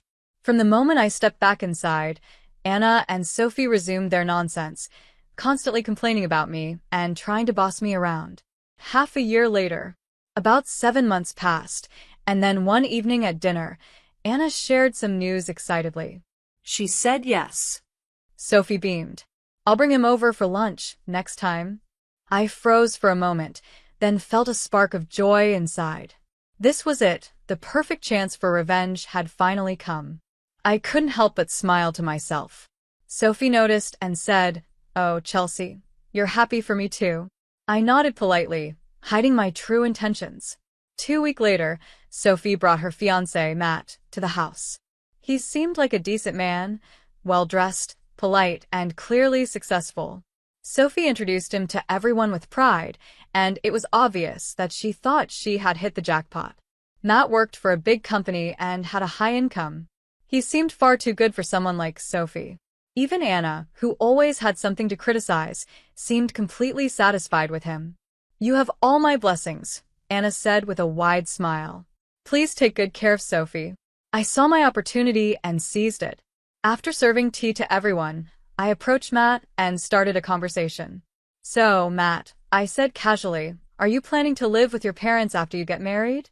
Matt looked surprised. What? "No, I haven't thought about that yet. Oh, but I heard that in this family it's a rule. If your parents are over 70, you have to live with them," I said innocently. "I just assumed you'd either live with your parents or move in here with us." Matt frowned. "No, there's no such rule in my family." "Oh, I see," I replied with a smile. "Well, there are plenty of other rules in this house. For example, I heard that a wife has to obey everything her in-laws say to show gratitude to them," I said calmly. "And also, you're not allowed to return to your own home because this house becomes your home.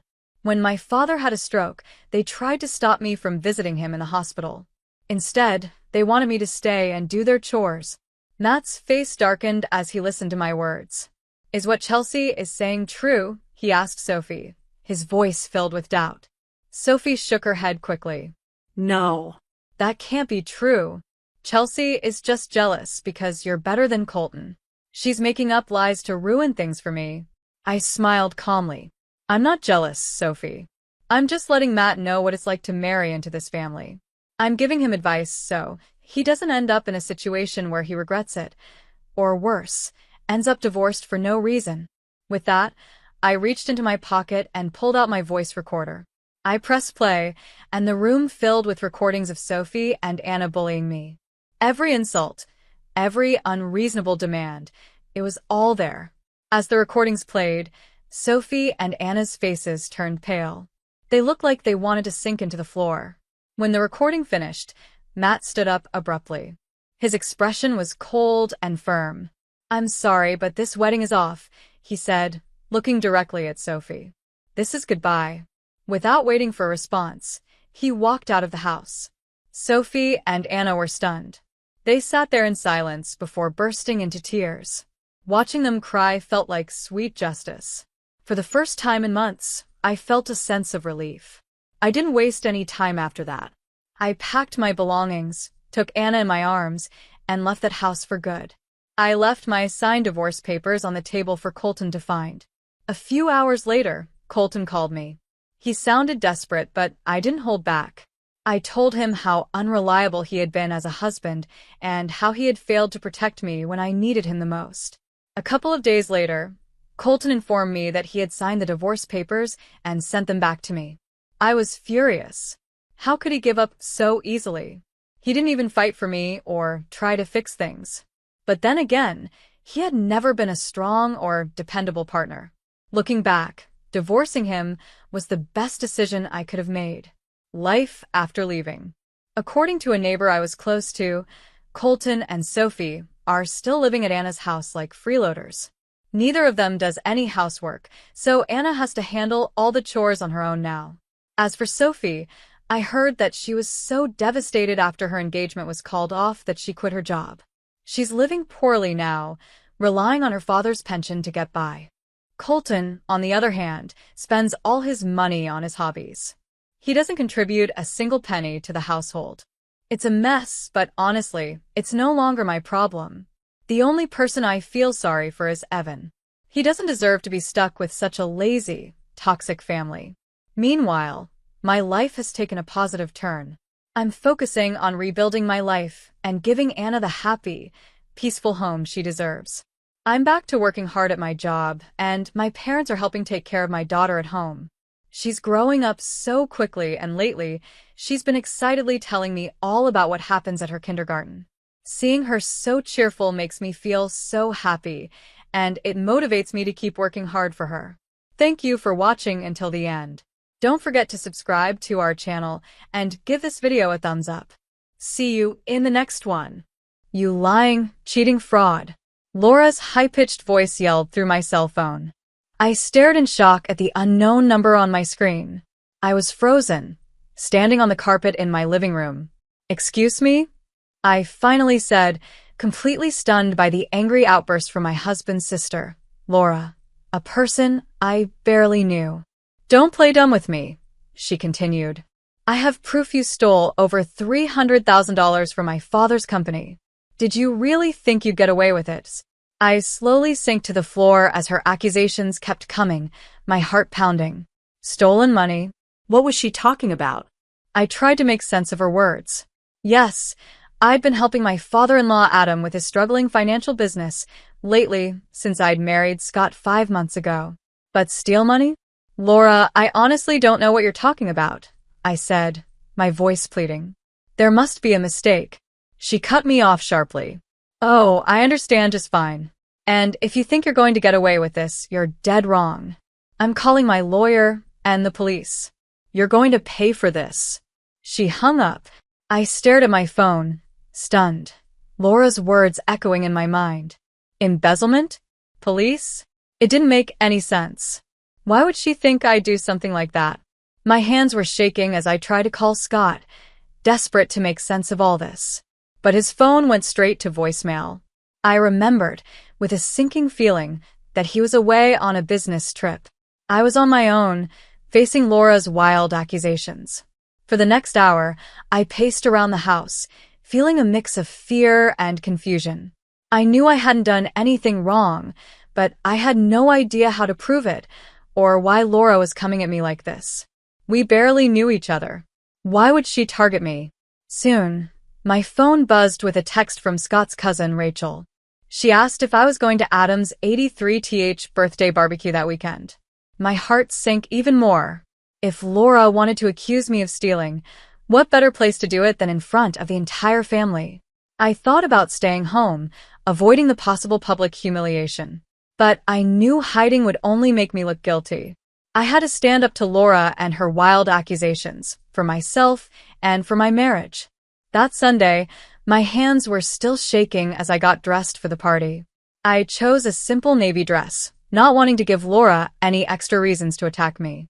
As I drove to Adam's big estate, my nerves grew, but I refused to let fear take over.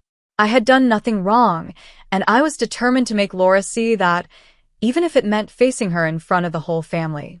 The party was already in full swing. When I arrived, Adam's face lit up as he saw me, and he pulled me into a warm hug. Emma, so glad you could make it, he said cheerfully. Can you believe I'm this old? I managed a small smile, wishing I could actually enjoy celebrating with him. But out of the corner of my eye, I saw Laura across the lawn, watching me with a smug look. My stomach tightened. This was it. Time to face her. Taking a shaky breath, I gathered my courage and walked straight toward her. As I approached, Laura raised an eyebrow, her expression cold. Before I could say anything, she grabbed a microphone from a nearby table, tapping it loudly to get everyone's attention.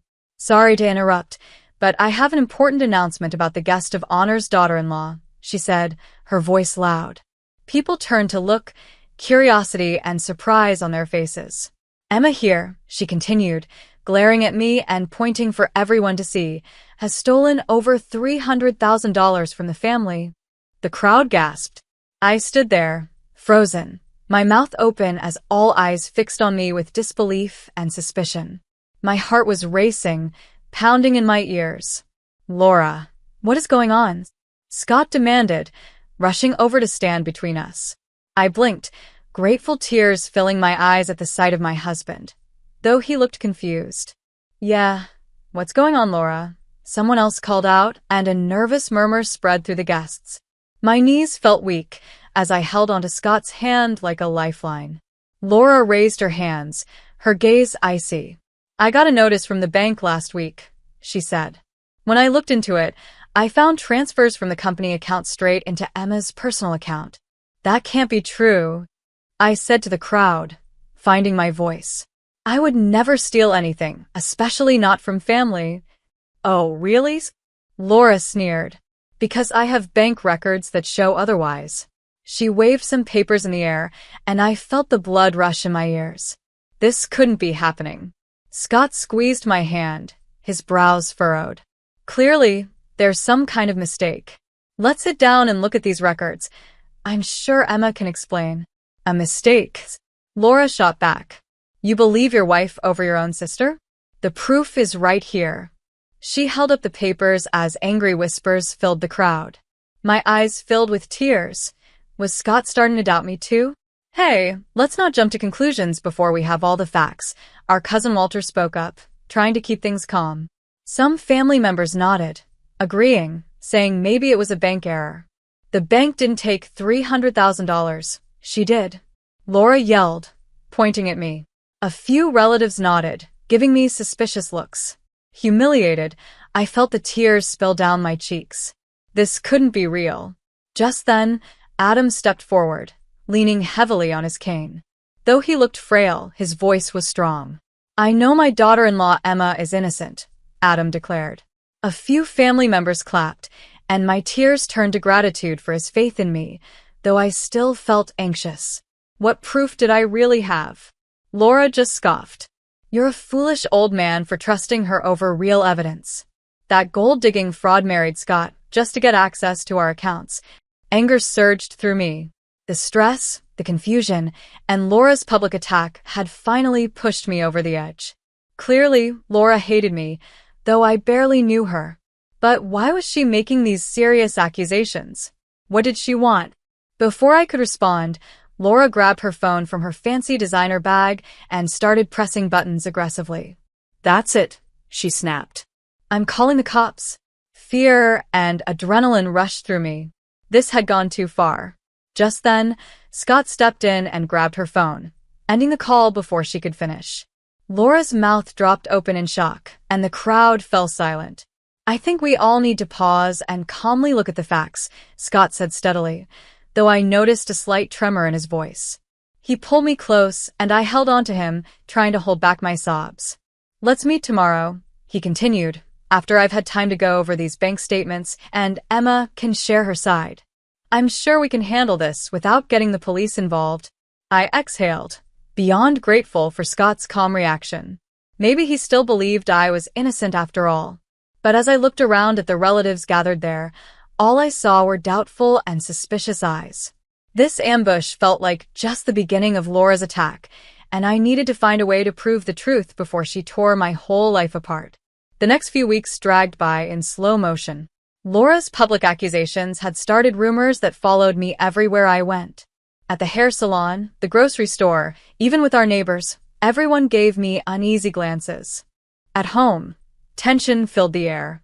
Scott buried himself in piles of financial records, trying to find answers to the strange transactions Laura had pointed out. I could tell he was struggling with doubt whenever he looked at me. For now, we were living in Adam's large house to care for him since he had been diagnosed with cancer. But being under the same roof as Laura made me feel worse every day. She took every chance she could to insult me, even slamming doors in my face. I jumped whenever I heard her voice echo down the long hallways. The constant conflict seemed to wear on Adam's health, and soon he stopped coming out of his room altogether. One evening, as I was preparing his dinner tray, I heard Laura's loud voice from the hallway. I froze, a glass of orange juice in my hand. Emma clearly tricked you into putting her name on your will and giving her power over your health care, Laura was saying. She's just trying to control your money while you're weak from chemo. My mouth dropped open in shock. Was she now accusing me of taking advantage of my father-in-law's illness? Laura, must you always assume the worst about Emma? Adam replied, sounding exhausted. I asked her to help me get my affairs in order, because I trust her. You're making a huge mistake, trusting that greedy liar over your own family, Laura shot back. I couldn't hold back any longer. I marched down the hall, anger bubbling over. I set the tray down hard on the table, some juice spilling over the edge. How dare you question how I care for Adam? I said, my voice trembling. I've done nothing but dedicate myself to this family. It's low, even for you. Laura straightened, standing a few inches taller than me, but her attitude made her seem much bigger. Her eyes were fierce. "You wormed your way into this family with those innocent eyes and sweet words just to get your hands on Adam's fortune," she hissed, stepping closer. "But you won't succeed while I'm here to protect what's rightfully mine." Suddenly, it all made sense. This wasn't about me. It was about her wanting to secure her own inheritance. Anger and frustration rose in my chest. So that's what all this is really about. I demanded. "You're just trying to get Adam's money by discrediting me?" Laura scoffed. "It's only discrediting if it's a lie. Go ahead, play the victim. Let's see who Adam believes when I show him proof of those late-night cash withdrawals going straight into your shopping sprees." My hands clenched at my sides. I had to stop this before things got worse. "You planted fake evidence to make me look guilty, so you could take control?" I accused. "Just admit that this is all a setup before you do any real harm." Laura stepped closer until I could smell her floral perfume, her glare icy and intense. "The only harm being done is you bleeding my family dry with your lies. But don't worry," she said, her voice cold. "I will expose you if it's the last thing I do." "I will," she vowed, her cold conviction sending a chill down my spine. She swept out of the room before I could say anything to defend myself. I sank into a chair, my heart pounding. This made it clear. Laura wouldn't stop her personal vendetta until she got what she wanted. I had to act fast to protect myself and Scott, but I feared her lies had already caused too much damage. The web she spun felt too thick to break through. If I didn't find a way to clear my name soon, I might lose everything. Clenching my fists, I knew I couldn't let Laura win. Over the next week, I felt restless, unable to shake Laura's threat. Her lies seemed to be strangling my marriage and my peace of mind. I had to fight back. Late one night, after everyone else had gone to bed, I crept into Adam's dusty home office. Moonlight streamed through the windows as I searched through the heavy wooden desk. There had to be some records of the family company's finances that could prove my innocence. The air felt thick and heavy as I went through pile after pile of papers, using the dim light from my phone. Dust floated through the narrow beam like tiny ghosts from the past. I held back a cough, careful not to make a sound. "Come on," I muttered, my eyes straining as the files blurred together in the darkness. Just as I was about to give up, I noticed a thick manila folder jammed in the back of a drawer. I pulled it out and opened it, instantly recognizing Adam's handwriting. These were records of financial transfers related to an offshore account set up as a tax shelter. Everything looked normal at first, until I noticed that this account had been closed right before Laura's accusations against me started. My heart raced as I flipped through the papers. I'd hit the jackpot. The records showed a large cash deposit into a new account just before the offshore account was closed. And the listed owner? Laura. My blood ran cold as I read further. There was also a bank statement showing an 8-figure withdrawal from the family business's main account, more than triple the amount I was accused of taking. The money had been split up into smaller accounts and then gathered into Laura's offshore fund. I sank back on my heels, my hands shaking. This was undeniable proof that Laura had set me up to hide her own massive theft. Anger burned inside me. Thanks to her lies, I had endured weeks of public humiliation and lost the trust of my husband and father-in-law, all while she quietly stole enough money to live a luxurious life. The realization made me feel sick. Just then, I noticed smaller withdrawals from the family accounts over the past month. My anger flared as I realized what this meant. Even after building her own offshore fortune, Laura kept draining the family's funds out of pure spite and greed. My heart ached as anger mixed with sadness. Scott and I had once dreamed of taking over the family business and bringing it back to success. But with Laura's theft going unchecked, bankruptcy was right around the corner.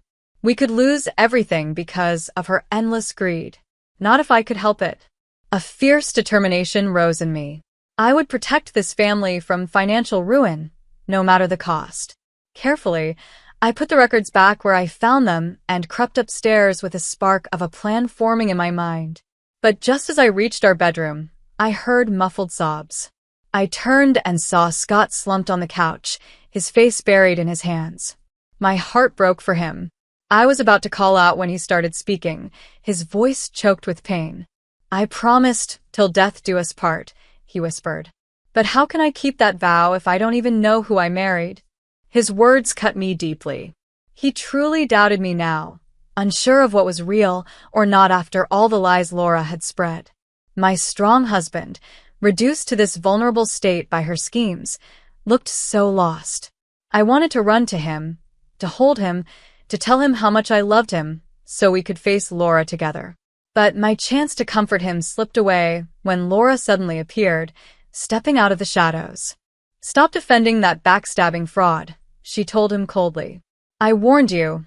Emma only cares about herself. Now let's talk about taking her out of the will before she takes you for everything." I swallowed an angry gasp and shrank back, hoping she wouldn't see me. Fury overtook any sadness I felt. It was clear now that Laura wouldn't stop her attack until she got exactly what she wanted. It was time to turn the tables and make her pay. I refused to let her win. Morning came gray and gloomy, matching my mood as I wandered the garden, still shaken by everything I'd learned the night before. Though anger simmered in me, one clear truth stood out. I couldn't defeat Laura on my own. She had woven a web of lies that no one dared question. To bring her down, I needed help. I sat on a cold stone bench, piecing together the start of a plan. One possible ally came to mind, Kelly, Adam's former assistant. She had quit years ago, furious after Adam gave Laura a promotion she felt she deserved. Kelly's knowledge of the company could be just the ammunition I needed. After some searching, I found her contact information. My hands shook slightly as I dialed her number that afternoon. "Kelly, it's Emma." When Kelly answered, I spoke carefully, taking a deep breath. "Sorry for calling out of nowhere, but I really need your help." I expected her to hesitate or maybe say no, but Kelly agreed to meet at a quiet cafe the next morning. I arrived early, feeling a mix of nerves and hope. Kelly came right on time, carrying 3 steaming cups of coffee. I felt relieved. This felt right. As I shared everything that had happened, her sharp eyes softened with sympathy. Her lips pressed into a thin line when I mentioned Laura. "I'm so sorry you got dragged into that family's mess," she said, shaking her head. When Adam chose Laura over me for VP, I knew her greed would lead to trouble. I leaned forward, hopeful. "So you're not surprised by her accusing me of stealing?" Kelly scoffed. "Not at all. She's always resented Adam's money, thinking it should all go to her. I tried to warn him about her, but he wouldn't see it." My heart sped up. "So you think she'd actually try to frame me?" I asked. Kelly nodded firmly. "Absolutely. She hates anyone she sees as a threat. With you in the family, I'm sure she saw her chance slipping away." Hearing Kelly confirm my suspicions gave me a spark of hope. Maybe I wasn't fighting Laura alone. I explained how I had found records showing Laura had been moving family money into an offshore account for years. Kelly said she'd seen strange financial moves during her time working for Adam, but hadn't realized how it all connected. I knew something was wrong, happening right under Adam's nose, Kelly said, anger flashing in her eyes. But Laura turned him against me before I could prove anything. My mind raced as we connected the pieces. With Kelly's knowledge and the evidence I'd found, we had everything we needed to expose Laura. I met Kelly's steady gaze. "Will you help me convince Adam and Scott of the truth?" I asked. "Together, we can finally prove Laura's been lying all this time." Kelly straightened, her expression firm. "I'm all in. Laura ruined my career and my reputation. It's time for her to face justice." We spent the afternoon planning. Kelly agreed to quietly dig for more evidence of Laura's past thefts, while I would look deeper into the dissolved tax shelters. It felt exciting to finally be taking action. As we stepped outside the cafe, Kelly held my hands, compassion in her eyes. "Stay strong, Emma," she urged. "With patience, the truth will come out. You'll clear your name. I'm sure of it." I blinked back grateful tears and hugged her. With Kelly on my side, the future didn't seem quite as dark. I didn't have to face Laura's torment alone anymore. With new strength from my partnership with Kelly, I drove home, head held high, refusing to shed another tear over Laura's schemes. She may have woven an elaborate web to ruin me, but together, Kelly and I would gather the proof to tear her lies apart. Justice would soon prevail. In the following weeks, Kelly and I quietly collected evidence. She found financial statements showing strange transfers that started right around the time of Laura's promotion. I dug deeper into the offshore accounts, following money trails that all led back to Laura. Piece by piece, we built a case that proved Laura had been embezzling funds while acting as if everything was legitimate, all to fund her luxurious lifestyle. At the same time, she tried to remove me, the one person standing in her way of complete control. With stacks of records ready, Kelly and I decided to confront Laura and Adam at the upcoming board meeting. It was time for a showdown. That morning, I dressed carefully, choosing a polished sheath dress as my armor for the battle ahead. Kelly met me outside the conference room, her files in hand and her eyes full of purpose. "Readies?" I asked with a confident smile. She squeezed my arm, encouraging me. We entered the room together, standing strong side by side. I met Laura's glare across the table, refusing to look away. For a moment, surprise flashed across her face as she saw her old rival, Kelly, but she quickly covered it with a smug smile. "Kelly, what an unexpected surprise," Laura said with fake sweetness. "I thought we said goodbye years ago." I invited her. I cut in smoothly, enjoying the way Laura's smile faltered. "I wanted reliable witnesses for this conversation." Laura's eyes narrowed as curious whispers filled the room. Adam tapped his gavel. "Let's begin, shall we?" Oblivious to the tension, he ran through the regular agenda items. I barely listened, keeping my focus on Laura, who fidgeted with her flashy jewelry, probably assuming I'd brought Kelly for emotional support. She would soon learn differently. Finally, Adam finished with the budget approvals. "Any other items before we close?" he asked, glancing around. I exchanged a look with Kelly, gathering my courage. "Showtime." "Yes, actually," I said, my voice clear in the sudden silence. All eyes turned to me as I stood, smoothing my skirt and stepping forward with steady confidence. Kelly handed me a document, and I held it up for the group. "As you can see in this financial statement from a now-dissolved offshore account, large amounts of money have been missing from the family company over several years." A murmur rippled through the room as everyone leaned in. I continued, laying out each transfer record, holding nothing back. Piece by solid piece, we exposed Laura's long scheme, an elaborate setup that stretched back over a decade.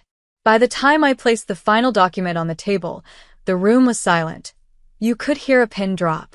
I looked around, feeling vindicated as I saw the shocked and horrified faces of everyone there. But Laura only scoffed, breaking the tense silence. "Really, Emma," she sneered. "Blaming me to cover up your own crimes is just sad." My anger flared. How could she still pretend to be innocent when all the evidence was right in front of her? But before I could speak, Kelly gave me a small shake of her head, reminding me to stay calm. She was right, I needed to keep my composure to make this case stick. I folded my hands calmly. The proof is all here. Kelly and I traced every withdrawal, every transfer, all with your signature. Laura used to drain family funds. I fixed her with a cold stare. "The only question is why, and how much more you would have taken before bankrupting us all." A tense silence filled the room. I caught a flicker of doubt in Scott's expression, and others around the table looked too stunned to speak. This was my one chance to expose Laura fully. Suddenly, Laura shoved her chair back with a loud screech. "This is insane," she yelled, pointing her finger at me. Her calm mask was gone. "This liar went snooping through private records to frame me, and you're all just going along with it?" She turned to Adam, her face twisted with desperation. "Father, please, you have to see reason." "No," Adam's voice boomed, startling us all. He stood slowly, his knuckles white as he gripped the table's edge. When he looked up, his eyes blazed with anger, all signs of frailty gone. "It's you, Laura, who has lost all sense of reason." His voice was strong, filled with conviction. "The evidence is clear. You've betrayed this family's trust for the last time." Laura's mouth opened and closed, stunned and desperate. She looked around the room, as if searching for anyone to back her up, but her lies had finally caught up with her.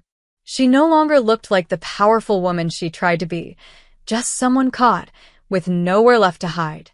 "You can't actually believe this setup," she shouted, her eyes darting between us. But her confidence was gone, replaced by panic. Adam's voice cut through her protests like steel. "The proof shows your guilt, Laura. You drained the company's funds to fuel your own selfish spending, thinking no one would notice. But justice doesn't sleep forever." "But I was protecting our future," Laura cried, pointing a trembling finger at me. "This so-called innocent was bleeding us dry behind your back. I had to take control. By robbing us blind?" Adam thundered back. I jumped, shocked by Adam's rare fury. He stepped toward Laura, who shrank back against the wall. "Your pride and greed have gone too far, but this ends now," he shouted, his anger clear. "You are hereby stripped of all authority in this company, effective immediately." A ripple of surprised murmurs filled the room, and my heart raced as his words sank in. We did it. We finally exposed Laura's lies, and she would face consequences at last. Laura's face turned pale, and for a split second, I almost felt sorry for her. But then I remembered the weeks of pain and humiliation I'd endured because of her lies. No, she deserved this. Justice was finally being served. Suddenly, Laura erupted again, her voice full of rage as she turned to the group. "You fools," she yelled. "That backstabbing fraud has tricked you all because she wants what's rightfully mine." She jabbed a shaking finger at Kelly and me. "These greedy liars set me up out of pure spite, and you believed every word." She looked desperately toward Scott. "Surely you won't let them tear apart our family, brother," she pleaded. "You know I'd never betray you like this." All eyes turned to Scott, who just sat there, his jaw clenched tightly as he looked at Laura like he didn't recognize her. I held my breath, realizing that, even though the truth was out, Scott's trust in me still felt fragile. If he chose to believe Laura now, her lies could still break us apart. After a long pause, Scott slowly stood. Laura's eyes widened with hope as the room held its breath. Then, Scott stepped toward me, his face full of resolve. He took my hands gently in his, and behind him, Laura let out a defeated gasp. "Forgive me for ever doubting you," Scott said, regret clear in his eyes. "Today, you showed more honesty and loyalty than my own sister ever has." Overwhelmed with relief, I let out a small sob, and Scott pulled me into his arms. I clung to him, tears streaming down my face, as the room filled with approving murmurs. Out of the corner of my eye, I saw Adam place a grateful hand on Kelly's shoulder, and she gave a small, satisfied smile. The tender moment was broken by Laura's furious scream.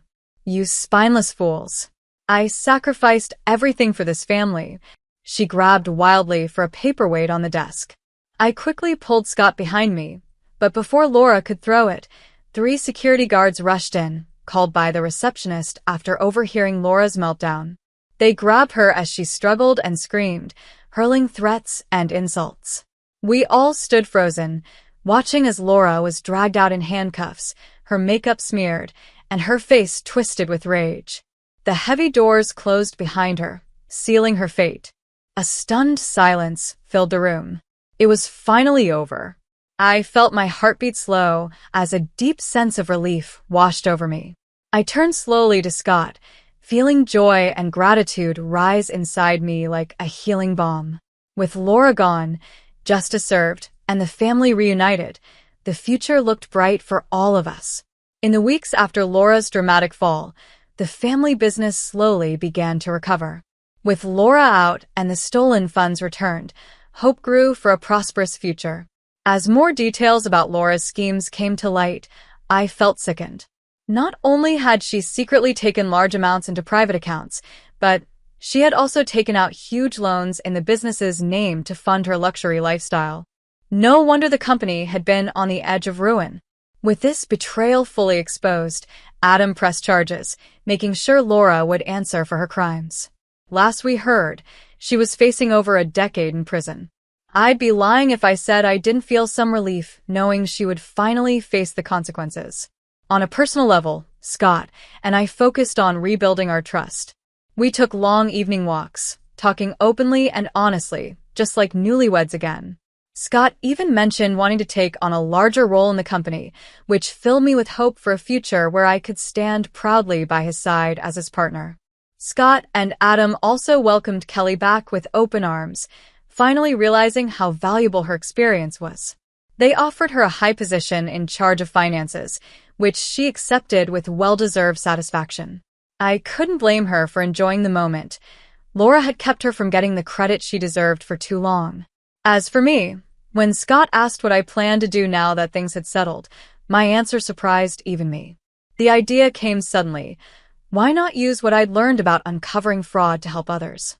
I decided to take some courses to train as an independent financial crimes consultant. By day, I studied, and in the evenings, Scott and I would talk business ideas over home-cooked dinners. After all the turmoil, our home was finally full of hope for the future again. One sunny afternoon, about 4 months later, I heard relaxed laughter coming from the veranda. I walked outside to find Scott and Adam chatting excitedly over some papers with the company logo. They both looked up with warm smiles. "Pull up a chair, darling," Scott said with a bright smile. "We were just talking about expanding the international sales division based on that idea you suggested. Adam thinks it shows real promise." I blinked, surprised and touched. Not only had Scott remembered our late-night conversation, but he also took my ideas seriously. Scott gently pulled me into a chair between him and Adam as we continued to dream together about the future, now with Kelly helping secure our finances and a new sense of possibility in every plan. "I can focus on strategic growth," Scott said, "and I was hoping you might lead market research for our expansion into Central Europe." My eyebrows shot up as I turned to Adam. He looked at me steadily over his glasses. "It was sharp of you to see the potential in those growing economies," he said. "You have exactly the grit and insight needed to open new doors." I shook my head in amazement. Just a few months ago, in the middle of all the chaos, I would never have imagined stepping into such an important role in the family company. But Kelly was right. Persevering through hard times brings its own rewards. "We make quite a team," Scott said, his eyes twinkling as he raised his glass. "To new beginnings." Adam and I raised our glasses as well, smiling as they clinked together in unity after so much division. Looking at their hopeful faces, my heart filled with gratitude. Laura had tried to tear this family apart out of jealousy, but in the end, we came out stronger and closer than ever. As we sipped the cool, sweet wine, a sense of peace washed over me. The future felt full of light and new possibilities, both for the family and the business. Everything was finally well again. "Mary, sweetheart, where are you?" I called out as soon as I got home. I could hear crying, but I couldn't see my daughter. The sound was soft, echoing through the house. Something was wrong, really wrong. When I finally found her in her room, I was frozen in shock. My daughter, who loved her long, beautiful curls, had her head completely shaved. "Honey, what happened? Who did this to you?" My voice shook, and I could already feel anger building inside me. Then she said something that made my blood boil. "It was Grandma, Mom," Mary sobbed, her eyes red from crying. "She said I looked like a troublemaker with my hair and shaved it all off by force." At that moment, I felt a mix of shock, pain, and a rage like never before. Right there, I swore I'd get revenge. "Hi, I'm Julie, 38 years old, single, and a full-time mother. My life revolves around one person, my 15-year-old daughter, Mary. We live in a small, simple house in the suburbs. It's nothing fancy, but it's our safe place. Between my tiring shifts as a nurse, I do everything I can to make sure we have food on the table and a roof over our heads. It's tough, but no one ever said life would be easy. Mary is a whirlwind of creativity and intelligence. Her curls are so beautiful, even Rapunzel would be jealous, and she loves showing off her personality through them. If it were just the two of us, life would be perfect. But there's a dark cloud that hangs over our peace. Lauren, my ex-mother-in-law, lives way too close to us. Lauren is 72 years old, a widow, and has a sharp tongue. She helps look after Mary after school, and I know I should be thankful, but the price I pay is constant criticism. Julie, dear, she always starts with that annoying tone that makes my skin crawl. Don't you think Mary's hair is a bit wild? I take a deep breath and say, she likes it that way, Lauren, trying to stay calm. But inside, I feel like screaming. In my day, girls knew how to present themselves, she says, like she's some queen from the past. I bite my tongue again, holding back what I really want to say. I want to scream because free childcare is something I can't afford to lose.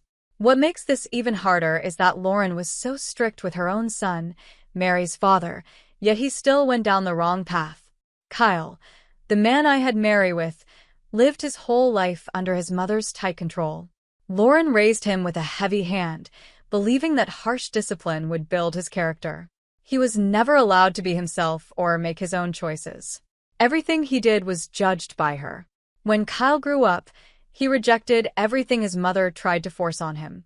He rebelled, making bad decisions that eventually led to him getting involved in trouble. Now, he's in prison, and Mary doesn't have her father in her life. Lauren, of course, blames the world and me for what happened to Kyle. She acts like I ruined her son, as if I pushed him to live that kind of life. But the truth is, it was Lauren's suffocating control that drove Kyle away. Now, she takes all her bitterness out on me and Mary, trying to do the same thing to my daughter. Lauren sees Mary as her second chance to shape someone the way she wants, and I'm the one who has to stand in her way. At first, Lauren begged to help with Mary. She insisted that as a grandmother, she had the right to be part of her life and make up for lost time. Julie, I'm old, but I want to be in my granddaughter's life. Let me help, she'd say, almost like she was desperate. I admit, part of me believed her. And of course, I needed help. Between my hectic shifts at the hospital and being a single mom, having someone step in seemed like a huge relief, even if it was Lauren.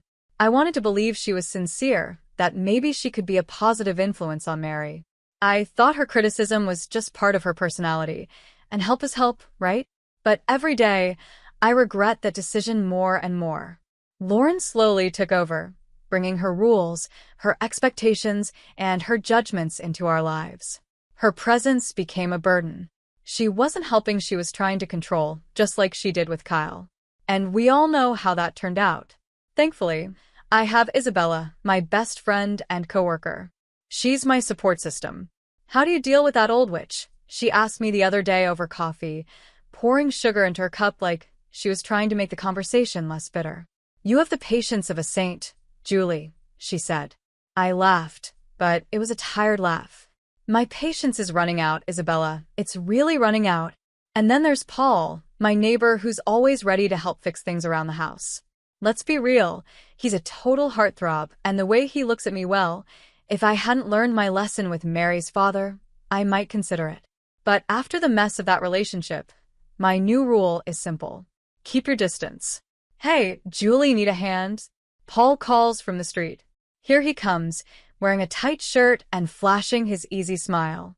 I try not to stare at his biceps as he lifts some boxes from the garage. Thanks, Paul. You're a lifesaver, I say, but in my head, I'm thinking, and a temptation I really don't need right now. But let's focus on the real drama in my life, which isn't handsome neighbors, it's the ongoing Cold War between Lauren and me. The battleground? Mary's upbringing. Mary, sit up straight. A young lady doesn't slouch. Lauren barks in the middle of dinner, like she's training my daughter for the military. I see Mary's shoulders drop, and my heart sinks. Mom, do I have to listen to her?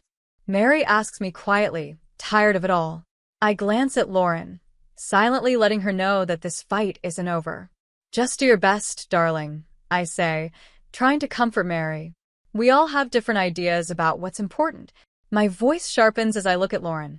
Different ideas, yes, Lauren mutters, with that superior tone that makes me want to scream. If you listen to me, Julie, this girl wouldn't be running wild. I clench my fists under the table, trying not to lose it right then and there. She's not running wild, Lauren. She's expressing herself, and I won't stop her from doing that. My tone is sharper than I intended, but I'm at the end of my rope. Lauren, as always, stays calm and cold. Mark my words, Julie. Without discipline, that girl will end up in trouble. I watch as Mary goes to her room, her curls bouncing. Curls I wouldn't be seeing for much longer. A shiver runs down my spine. I've been holding this situation together for so long, but something inside me is screaming that it's about to blow, and it's going to be ugly. After a long extra shift at the hospital, all I wanted was to come home, hug Mary, and forget about Lauren for a while. But as soon as I walked through the door, I felt it. Something was terribly wrong. "Mary, sweetheart, I'm home," I called out, but there was no answer. The silence was thick, creeping over me like a bad feeling. It was the kind of silence that only comes right before something awful happens. I ran to her room, and when I opened the door, my heart stopped. Mary was curled up on the bed, sobbing, her whole body shaking with her tears.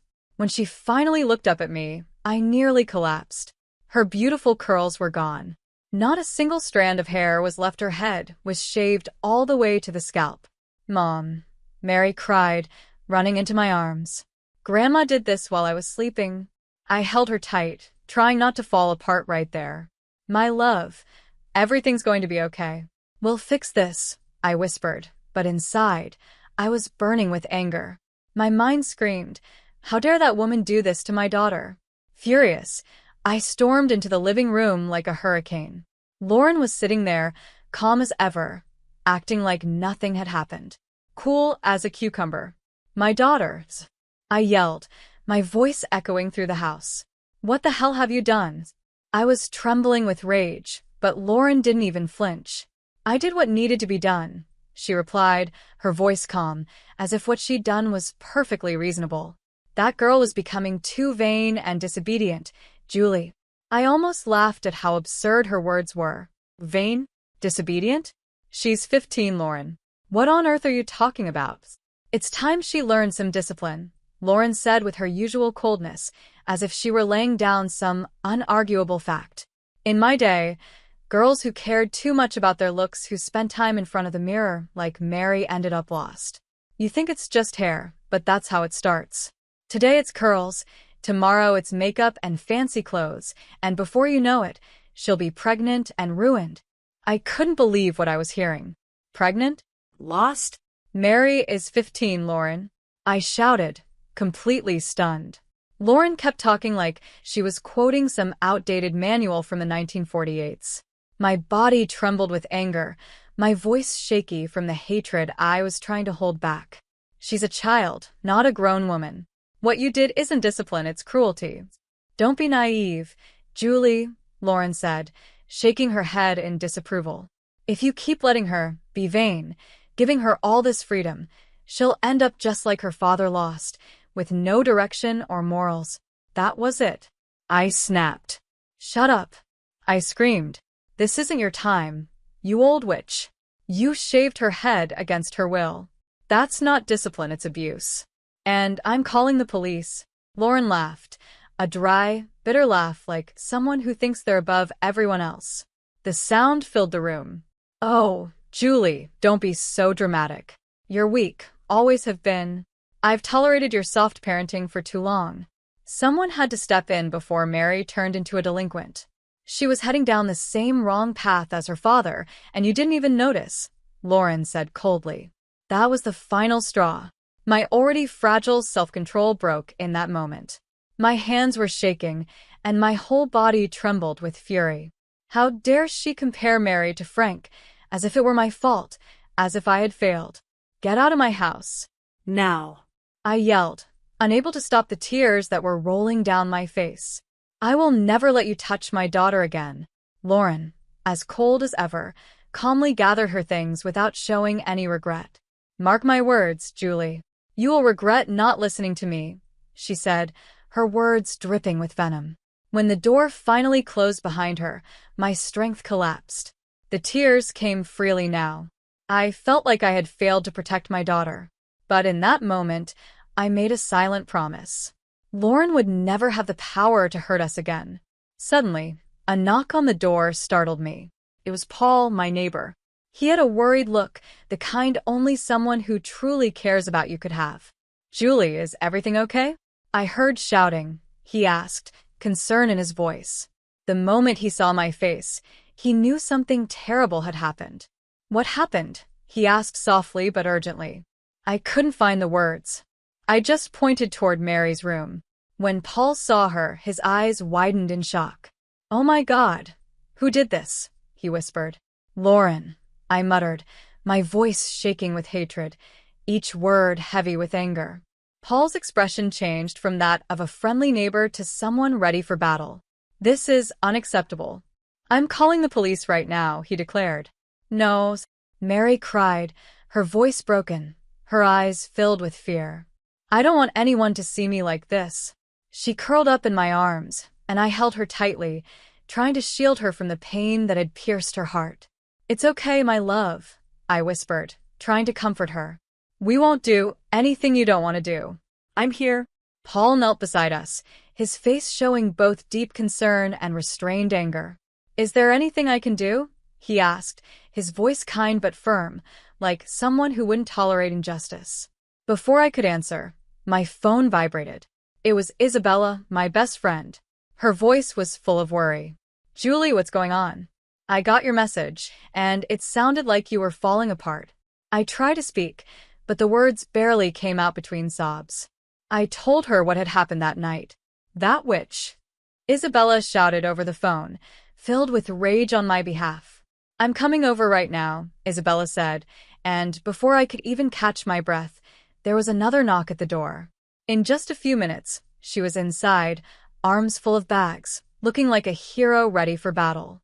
Okay, here's the plan, she said with determination, pulling out tissues, hats, and fashion magazines. I brought ideas for pixie cuts and some inspiration for colored streaks. We're going to fix this right now. Mary, still heartbroken, managed a small smile as Isabella got to work. At that moment, I realized how lucky I was to have a friend like her.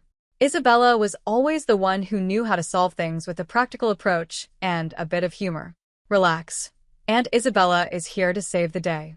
And if that old witch comes back, we'll deal with her with a haircut and an axe, she joked, trying to lighten the mood. As Isabella worked on Mary's hair, making the best of what was left, Paul came closer, and I started to open up. I told him everything Lauren had done, every detail, every wound she had caused not just to Mary, but to me as well. The guilt weighed heavy in my heart. I can't believe I let that woman get so close to my daughter, I whispered. The days that followed were a blur of tears, anger, and sleepless nights. Mary refused to leave her room, let alone go back to school. I called work, pretending I was sick, but the truth was, Mary needed me, and that was all that mattered. Our first stop was the police station, but frustration hit quickly. The officer, looking completely uninterested, said, "I'm sorry, ma'am, but since there was no physical harm, this is a civil matter." Physical harm? I snapped before I could control myself. Look at my daughter. How can you say there's no physical harm? But it seemed the law was on Lauren's side. The injustice was right there, and I just wanted to scream. Our second stop was a lawyer's office. He listened carefully to our story and then said, "We can definitely pursue a claim for emotional damages." That small glimmer of hope was something, but I knew no legal action could truly heal the damage Lauren had done to Mary. Meanwhile, Paul had also been working quietly behind the scenes. "I have a friend who specializes in family law," he said one day, his eyes filled with determination. "He's willing to take your case pro bono." In that moment, I felt like maybe we weren't fighting this battle alone after all. I could have kissed him right then, but there wasn't time for that. Things were about to get even more complicated, and I knew I would need every bit of strength I had left. "We're going to bury that witch in paperwork," Paul said firmly, and with Isabella by my side, I knew I wasn't alone in this fight. First, the whispers started. In the supermarket, I noticed neighbors giving me sideways glances and hush murmurs. Then the phone calls began, mostly from distant relatives. "Julie, is it true you've been neglecting Mary?" one cousin asked, her voice dripping with judgment. That's when I realized Lauren wasn't just trying to hurt me, she was trying to destroy me. She had started a smear campaign, spreading rumors that I was an unfit mother. I collapsed onto the sofa next to Isabella and Paul, feeling the pressure weighing me down. That which is trying to turn everyone against me, I said, the lump in my throat growing stronger. But Lauren had underestimated me. If she wanted a war, she was going to get one. I decided to fight back. I started digging into Lauren's past, contacting her old friends and relatives. I needed to know if there was more she was hiding. What I found left me cold. One night, as I sat with Mary, she finally opened up to me, revealing what she had been holding back for so long. If I misbehaved, Grandma said she'd send me to a boarding school, Mary said, hesitating for a moment before continuing. Tears filled her eyes as she added, "She used to lock me in the closet when I did something wrong." My blood boiled. How had I not seen this sooner? How could I have let my daughter suffer like this? I hugged Mary tightly, my heart breaking with guilt and anger. "This is not your fault, sweetheart," I assured her. "Your grandmother will never hurt you again." With the help of Isabella and Paul, we started preparing for our next move. We set up hidden cameras around the house, creating a trap in case Lauren tried to contact us again. We even trained Mary, teaching her how to collect evidence without putting herself in danger. "Remember, Mary," Paul said gently but seriously as he showed her how to use the voice recorder on her phone. "If your grandmother calls or shows up, record everything. Leave no room for mistakes." We were ready. Lauren had no idea what was coming. I had been on the defensive for too long, but now it was my turn to fight back. "Press this button as soon as necessary, understood?" I said, looking Mary in the eyes. She nodded with a strength that both made me proud and broke my heart at the same time. "I won't let you down, Mom." "You could never let me down, my love," I replied, hugging her tightly. "We're in this together, all the way." The trap was set, and now we just had to wait for Lauren to make her next move. This time, I wasn't just going to defend myself, I was going to end this for good. The day of the trial finally came, and my stomach was in knots. The tension was unbearable. Mary squeezed my hand tightly as we walked into the courtroom. Her eyes were focused on the floor, but her determination gave me strength. "You can do this, Mom," she whispered. Her courage fueled me, giving me strength I didn't know I had. Our lawyer began presenting our case, and it was like a mountain of evidence was crashing down on Lauren. The footage from the hidden cameras showed everything: her invading our home, her hateful words echoing in the courtroom. "You ungrateful brat. I'll teach you to never disobey me again," her voice boomed from the recordings. The judge, who had stayed calm up until then, grew more serious with each vile word Lauren had spoken. But that was only the start. One by one, witnesses took the stand: former family friends, nannies, even Mary's old piano teacher. They all shared their stories. "She told me if I didn't make Mary practice piano for 5 hours a day, she'd fire me," the teacher said, his voice shaking. The stories kept coming, building an airtight case against Lauren. But the most powerful moment was when Mary gave her testimony. My brave little girl stood there, her voice trembling but filled with determination. "She told me if I told Mom what she did, she'd make sure I'd be taken away," Mary confessed, tears in her eyes. I couldn't hold back my own tears. Lauren's lawyer tried desperately to make her seem like a loving, misunderstood grandmother, but it was too late. The evidence was clear, and the court wasn't buying it. When the judge finally announced his decision, I felt like I could breathe again. "This court grants a permanent restraining order against the defendant," the judge said firmly. Additionally, significant damages are awarded to cover therapy and emotional distress caused to the plaintiff. Lauren was officially out of our lives forever. As we left the courtroom, feeling lighter than I had in months, Lauren made one last pathetic attempt. She came toward us, tears streaming down her face, hoping for some kind of forgiveness. "Julie Mary, I'm sorry," she began, her voice trembling. But I cut her off, my voice cold and firm. "Save your apologies, Lauren. You're dead to us." I turned away without looking back, and we walked away. In that moment, a huge weight lifted off my shoulders. We were free. The months that followed were hard, but we got through them together.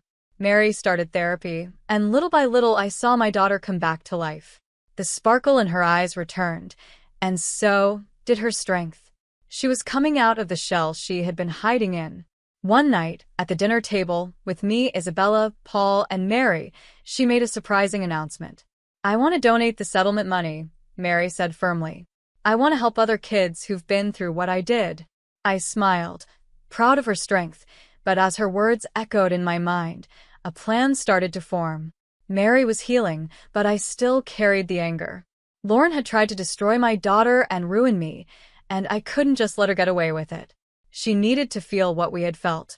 Lauren probably thought that the restraining order and enforced distance meant everything was settled, that she could finally live in peace. She had no idea the real battle was just beginning. First, I created a false sense of peace, no contact, no confrontations. I let Lauren believe we were out of her life, that the fight was over. But behind the scenes, I was preparing something bigger. I used what I knew about her life, her secrets, her mistakes. The woman who loved to criticize others had a past full of little flaws. Unpaid debts, disputes, and then there was the financial scandal tied to her late husband's money. If that came out, it would destroy her reputation. With Isabella and Paul's help, I started uncovering those secrets. The first shock came when one of Lauren's neighbors received an anonymous letter about the financial scandal. Not long after, a similar letter was sent to the condo's management office. Nothing concrete, just hints and suggestions, but enough to stir up suspicion and make her uncomfortable. Then, I reached out to an old friend of Lauren, someone she had betrayed years ago. I arranged a chance reunion, encouraging the friend to bring up stories Lauren would rather keep buried. Their already fragile relationship fell apart completely. Lauren's image started to crumble. But the final blow was the cruelest. Lauren thrived on the admiration and respect she forced on everyone around her. With the walls closing in and her reputation in ruins, she began to isolate herself. But before that, I spread a rumor that she was in a financial crisis, claiming that her own late husband had left her broke. The scandal made her a joke in the social circles she cared so much about. Eventually, Lauren found herself completely alone, no friends, no reputation, and no respect, which she had always demanded from everyone around her. She became irrelevant, and that hurt her more than anything else. When word of her downfall spread, Lauren tried to reach out to me, maybe to ask for help. But by then, the compassionate version of me no longer existed. There was no vulnerable Mary to protect anymore. There was just me, watching from a distance. She had tried to destroy my life, but in the end, she had destroyed her own. Thanks for listening to this story. I'm really curious to hear your thoughts, so feel free to drop a comment below and share your opinions. And don't forget to subscribe to the channel to catch the next stories. As someone who didn't finish high school, I had to make a tough choice. Accept a demotion or lose my job. Emily, our new sales manager, announced big changes. From now on, only college graduates could handle client deals.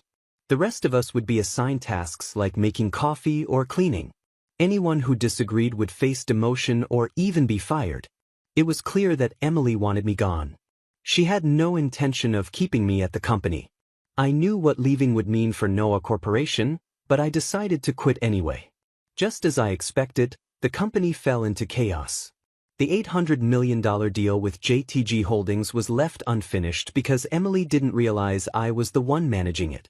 She would soon find out the truth. My name is Patrick Wilson. I'm 64 years old and work in the sales department at Noah Corporation, a company in the wholesale business with $40 billion in annual revenue. My job was to manage contracts with regular clients, mostly from my desk, since I'm too old for field sales or cold calls. Occasionally, I would attend meetings outside the office. Emily Watson, the new sales manager, seemed to hold a grudge against me. She had earned her position with an impressive degree from Columbia and was promoted just as I was rehired after retiring. Her promotion might have made her resentful of my return. One day, she approached my desk. "How's work going, Patrick?" she asked. "It's going well," I replied. She gave a sly smile and said, "Not making much progress, are you? Reading documents must be hard with your aging eyesight." I stayed calm, even though her comment stung. It's true that about half of retirees like me get rehired, so my situation wasn't unusual. I admitted my eyesight wasn't as sharp as the younger staff, but I didn't let her get under my skin. Emily didn't stop there. You should have stayed retired. You weren't much help even before you left. Is it because you didn't finish high school and can't afford to live? You're just stealing a paycheck? I know not having a high school diploma makes people see me differently. In a world where education is so important, being a 62-year-old high school dropout isn't common. It's hard to be taken seriously, especially when I've never been able to reach a managerial role. Emily, our sales manager, had been reminding me of this for the past 3 years, ever since she got promoted. It was clear she wanted me out of the company. One day, she placed a pile of documents on my desk. "Here's some extra work for you," she said. "You should be grateful." I already had my own tasks to handle, but she seemed to think I wasn't doing enough. Looking at the extra workload, I sighed, realizing it would mean staying late again. "Understand?" she asked with a smirk. "You're surprisingly obedient. Even with your long career, being a high school dropout means you have to follow orders from younger people. I wouldn't want to be in your shoes." Her words made the room feel tense, and her dismissive tone left me feeling uneasy. A few days later, Emily called the sales team together for a meeting. She announced a shocking new plan. "From now on, you'll only handle paperwork," she said to us. "And make sure to serve tea to the college graduates so they can work comfortably." I tried to speak up. "But I have ongoing deals I'm responsible for." Emily interrupted me sharply. "Those deals will be handled by the college graduates. As a high school dropout, you don't need to worry about them. Now, go get some tea." She then turned to another employee and said, "You'll be in charge of keeping the entire building spotless. No dust allowed." When the employee protested, saying they also had deals to manage, Emily snapped, "I've already told you, the deals will be managed by the college graduates. Don't make me repeat myself." Her reasoning for the new assignments didn't make sense to anyone in the room. Seeing the confusion on our faces, Emily tried to explain further. "From now on, high school dropouts and graduates will do the grunt work," she said. "College graduates will manage all the deals. This is the most efficient way to run things. Does anyone have a problem with this plan?" She looked around the room, daring anyone to speak up. "Feel free to share your thoughts or concerns if you have any questions about the new system," she added, though her tone made it clear she wasn't really open to feedback. When someone finally spoke up, they said, "If we suddenly replace the person handling these deals, our clients might lose trust in us." Emily snapped back, "That's exactly why uneducated people are useless. Clients don't trust them and want someone better in charge. Don't you understand that?" The employee fell silent, unable to argue further. Emily continued, "If you can't accept these changes, you'll be transferred to our distribution center in South Dakota. If that doesn't suit you, you're free to leave." The room went quiet. Everyone knew about the distribution center in South Dakota. It was infamous for dull, repetitive work like sorting and moving packages all day. The pay there was lower than at headquarters, so no one wanted to be sent there. Even if it meant doing basic tasks like cleaning or making tea, employees preferred to stay at headquarters. I couldn't understand how Emily's decisions would help Noah Corporation. Finally, I spoke up, unable to hold back. "Changing the person handling ongoing deals will only make clients trust us less. There's a rhythm to these transactions, and disrupting it will create problems." Emily shot me an icy glare. "What's your problem?" she demanded. Her harsh tone caught me off guard, and I could only manage an awkward smile. As someone without a high school diploma, I'd grown used to moments like this. Emily's victorious smirk made it clear she believed she'd won. "People like you, who didn't even finish school, have limited options," she said coldly. "You're past your prime and bring no value to the company. There's no reason to keep you here." Her words stunned me, but they weren't surprising. Emily had been targeting me from the start. Whether you have a diploma or not, it seems people like me are always pushed into menial tasks. My age only gave her more reasons to want me out of the company. I thought about her threats.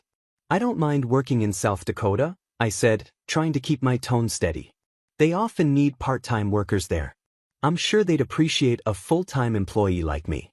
But let's be honest, if someone like me, a 62-year-old grandfather, shows up, they might think I'm not a good fit for the job." Emily laughed. "So, what's your plan then?" I hesitated, weighing my options. It was clear this whole situation was Emily's decision alone. The CEO and HR probably didn't know about these changes. If they did, I doubted they'd approve of them. I could report Emily, but honestly, I was exhausted by her constant hostility. I had saved enough for retirement, so leaving didn't seem like such a bad idea. After a moment, I said, "I'll quit." Emily pretended to look disappointed. "If you wanted to keep working, you should have gone to the distribution center," she said. The other employees were shocked. One of them tried to speak up. "Quiet," Emily snapped. "Lower-level staff should stay out of this." Her response showed she didn't care about the growing tension. I didn't see any point in arguing further after the way I'd been treated. "Should I write my resignation letter?" I asked. Emily nodded. "Yes, do that. At least you know how to handle that at your age." I quickly wrote the resignation letter, feeling strange about how it had all ended. I never thought my time at the company would end like this. When I asked about the handover process, Emily shrugged it off. "No need for that. You only handle paperwork anyway." Her tone was dismissive, and she seemed eager to see me leave. She even chuckled as if she had been waiting for this moment for a long time. I thanked her and left. The other employees looked worried, but Emily didn't seem to notice. She was too busy enjoying her small victory. I knew that without me, chaos would soon follow, and it would be her problem to fix. The next day, while I was relaxing at home, Emily kept calling me. I ignored her at first, but she was relentless. Finally, I answered. "Patrick, what's going on?" she demanded, skipping any pleasantries. Her tone made it clear that the company was in trouble. She explained the situation. Apparently, she had created a department where only college graduates handled deals, managing to divide the work without the HR department or CEO knowing. For a while, she thought everything was going smoothly and was proud of herself. "Please," she said, her tone now desperate. "I need you to handle the $800 million deal with JTG Holdings. They bring in $2 billion in annual revenue, and continuing this relationship is critical for the company." There was an uncomfortable silence after her request. "Isn't the $800 million deal happening today?" she asked. "All our deals are now managed by college graduates. It's bound to succeed, so there's no need to worry." But the employees exchanged uneasy glances. Finally, one of my former coworkers spoke up. "Manager Emily, he resigned yesterday." Emily's face fell. "What?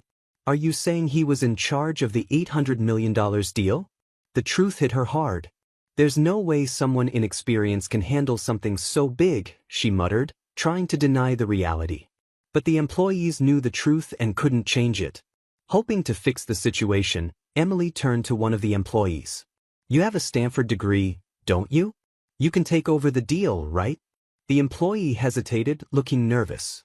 Finally, he admitted quietly, "I don't think I'm ready for this. I think the client will only be satisfied if Patrick handles it," the young man told Emily. "Enough," Emily snapped. "If I say do it, then do it. If an uneducated dropout can manage it, so can you." Her frustration was obvious. The young man reluctantly agreed, but when he contacted the client, they insisted on speaking with me. He reported back to Emily. "I told you, the client wants Patrick," he said. Emily was shocked. How could they possibly want someone like him? A high school dropout? What could he contribute, especially without the energy to make sales? She asked, clearly baffled. One of my colleagues stepped in. "Aren't you aware of Patrick's impressive career? His resume might not be fancy, but he's highly respected in the industry. Many major companies work with us because of him." Emily, who was only 23 and a recent graduate, had been in the same department for 3 years. She had always focused on my lack of formal education and ignored my reputation because she didn't like me. No one dared to bring up my background in her presence. "What do you mean?" Emily asked, now curious. "If you only look at resumes, you might not understand his background," my colleague explained. "But Patrick is very well known. Many large companies choose to work with us because of him." Realizing it wasn't appropriate to share more, my colleague stopped talking. Emily, who had fired me just the day before, now found herself calling me in desperation. "What's going on?" she asked, clearly upset. I decided to explain calmly. It's true that I'm somewhat known in the industry. I inherited my sales talent from my grandfather, who was also a CEO. Thanks to him, many companies continued to trust and do business with me. Nearly 41 years ago, I handled major deals with top trading companies. Back then, I was considered a legendary salesman. I paused, then continued. My story started when I was in middle school. My grandfather was the CEO of Wilson Corporation, a conglomerate with annual revenues of over $2 billion. I admired him deeply and used to help out during my school vacations, doing simple tasks like making tea and cleaning. Those tasks might have seemed small, but I was thrilled to be part of his company. While others chose to pursue higher education, I was determined to work for my grandfather. It was a risky decision, but I was serious about it. I convinced my parents and grandfather to let me work and study at the same time. I joined Wilson Corporation right after middle school, doing basic tasks until I turned 21. I loved every moment of it. When I finally got a chance to work in sales, I felt excited beyond words. It wasn't an easy journey, securing contracts was tough, and I had to improve my approach constantly. But I never gave up. When I secured my first contract, the feeling was incredible. For the first time, I truly felt like a salesman. My skills started improving quickly, and by the time I was 26, I landed a major deal with a big company. This was a turning point for me. I learned the secret to success, understanding clients' needs and offering solutions that worked for them. This approach helped their businesses grow, and soon word spread that working with me always meant profit. Deals started flowing in, and the sales manager began trusting me with bigger responsibilities. Companies began requesting me by name, and I made sure to close those deals while building trust both within my company and with clients. I quickly became the top salesman, and even executives from major firms knew my name. My performance brought me praise and job offers from other companies, but I stayed loyal to Wilson Corporation because I loved my grandfather's company.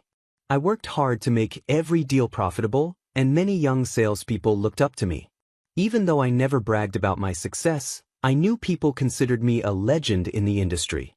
When my grandfather retired at the age of 76, the executive vice president took over as CEO. My father wasn't interested in running the company, and at just 28, I was too young to take on that role. As the company changed under new leadership, it wasn't the same place I had known since middle school. I felt sad watching those changes and eventually decided to start fresh somewhere else. After ensuring all my responsibilities were handed over properly, I left Wilson Corporation. Despite receiving many offers from big companies, I joined Noah Corporation when I was 37.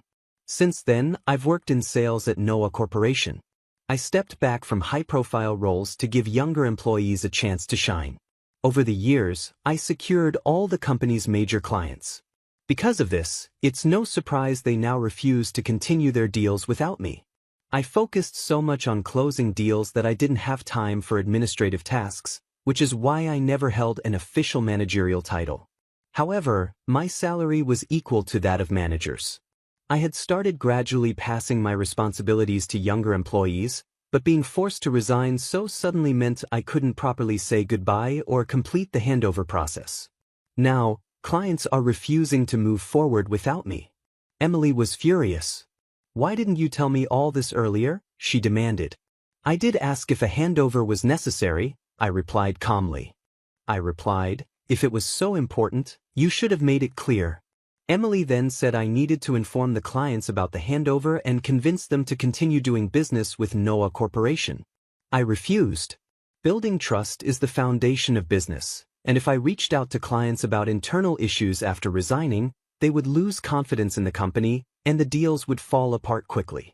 Noah Corporation's annual revenue is $4 billion, but $2.5 billion of that comes from deals I had secured.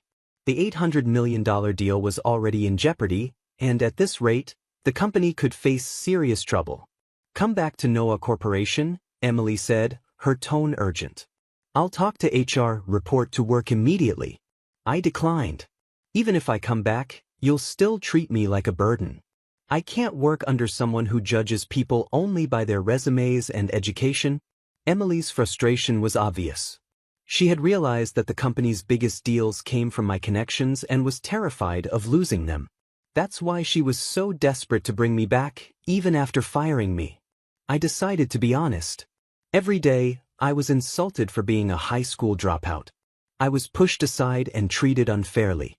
I can't work under someone who only cares about degrees and resumes. Even if I agreed to save the deals, you'd just see me as a burden again. I doubted Emily would truly change. Her inability to build trust was her own problem. Is that all?